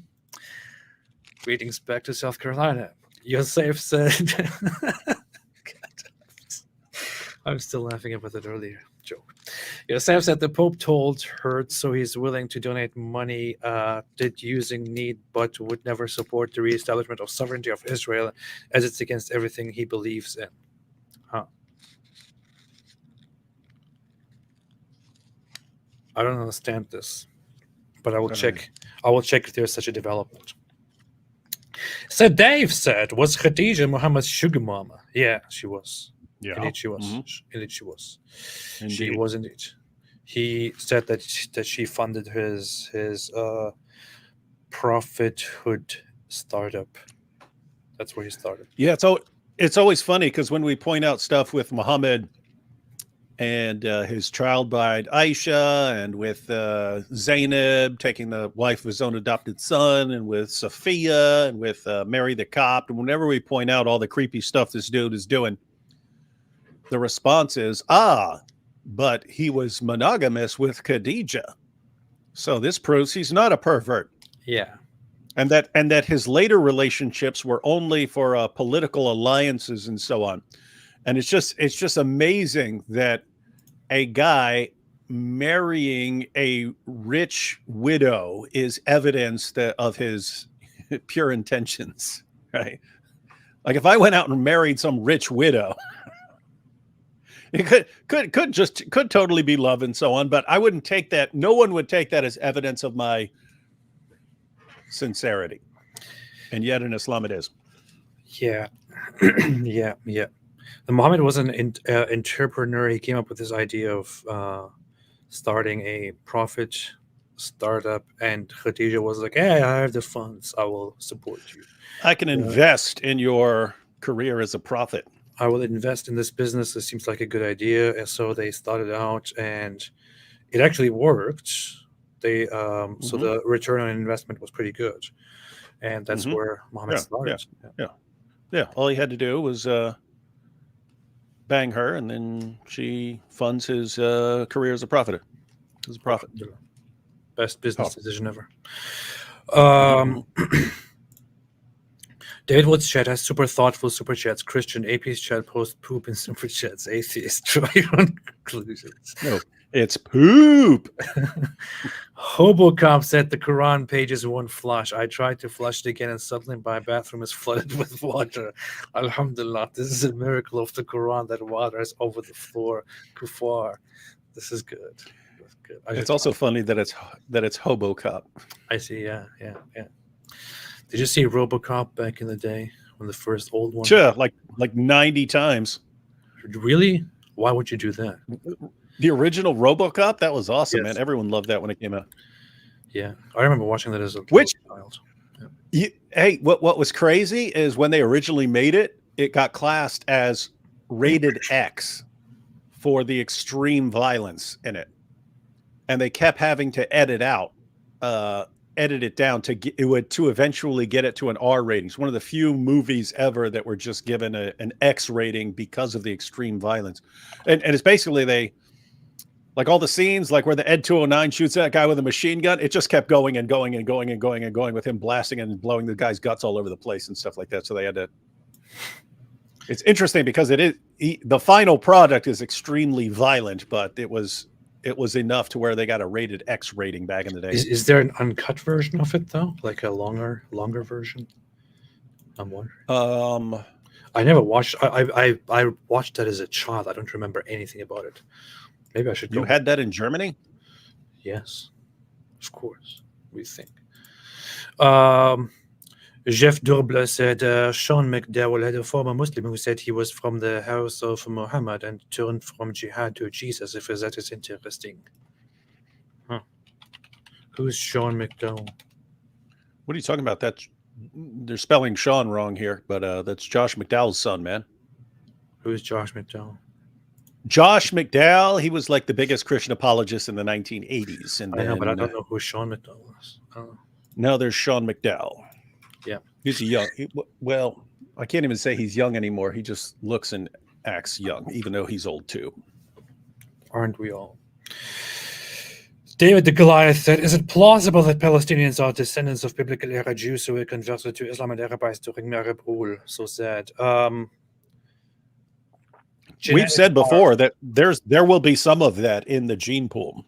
Yeah, definitely will be some of that in the gene pool. So the thing is, genetics are very complicated, a very difficult issue. But so from what I have seen, the one group among those who are nowadays called Palestinians, there is one group, and those are the ones that identify as Palestinian Christians, who are closest in genetics related to the ancient civilizations. The Palestinian Muslims, not that much. They are twice as distant as the Palestinian Christians, because the Palestinian Muslims have a lot of influence from Arabs. A lot of Arab mixing, Arab populations coming in, settling there, intermixing. So lots of them might just be people descendants of Arabs who came in there and then mixed with the local population. There are lots of there's like 15% sub-Saharan African genetics or something also among the Palestinian Muslim population. There is that. But yeah, definitely we will have people in there over there who are descendants of very ancient populations. The current study is that the Jews and the Palestinians have shared genetics that lead back to ancient civilizations that lived there. That's it. Sankey says, has largest diaspora in the world. I can't see what, this is Bulgaria, right? Has largest, what, Lebanese diaspora in the world, 7 million by descent, 95% Christians who fled, almost as many evangelicals as the US, 70 million also pro-Israel, missions to countries with jihadis, might explain it. Huh. That's a Brazil flag, man. Oh, really? I can't see the flag on here. I can only see that's the same guy who was telling you about Brazil early on. This is so stupid. On my screen I can't see the flags. I only see the letters. So I have to okay, yeah, that's Brazil. I see it now on the YouTube screen. Yeah. Okay, Brazil. Brazil has the largest Lebanese diaspora. I see. Okay, that makes sense. That makes sense. Thank you for that clarification. Noan said, Jesus is waiting for you, AP. Yeah, that's interesting. Sheikh Armin Ibn Mohammed said 1948, Arabs who didn't fight were allowed to stay. Pretty much. I do believe there were some collective displacements during the 1948 as well. But if you ask me, I don't judge them for it. Yes, I said it. Israel was defending itself. Sorry. Grays 174 said, was Muhammad actually an Ishmaelite? Nobody knows. Nobody can know. No way of knowing. Yeah, no way of knowing there. Nobody knows who and what is what. It was a common myth, which means neither true or false to my knowledge, but a common myth, a commonly known thing that people claimed Abraham in that environment, and nobody knows who was actually right and who was actually wrong. So there's that. All right. Anything else you want to say before we leave, David? Everyone convert to Islam. The world will be so much better. Beautiful, beautifully said. Beautiful words. Alhamdulillah. How about no? I don't buy your Allah. That's Jordy's comments about that. Anyway,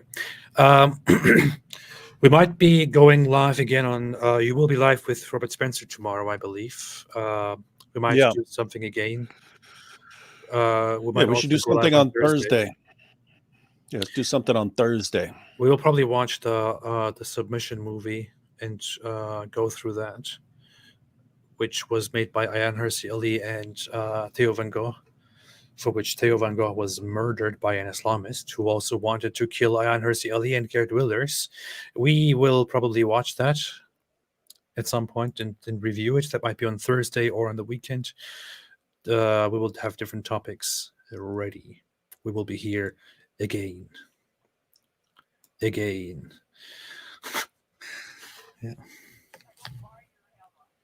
It's so funny, Ella.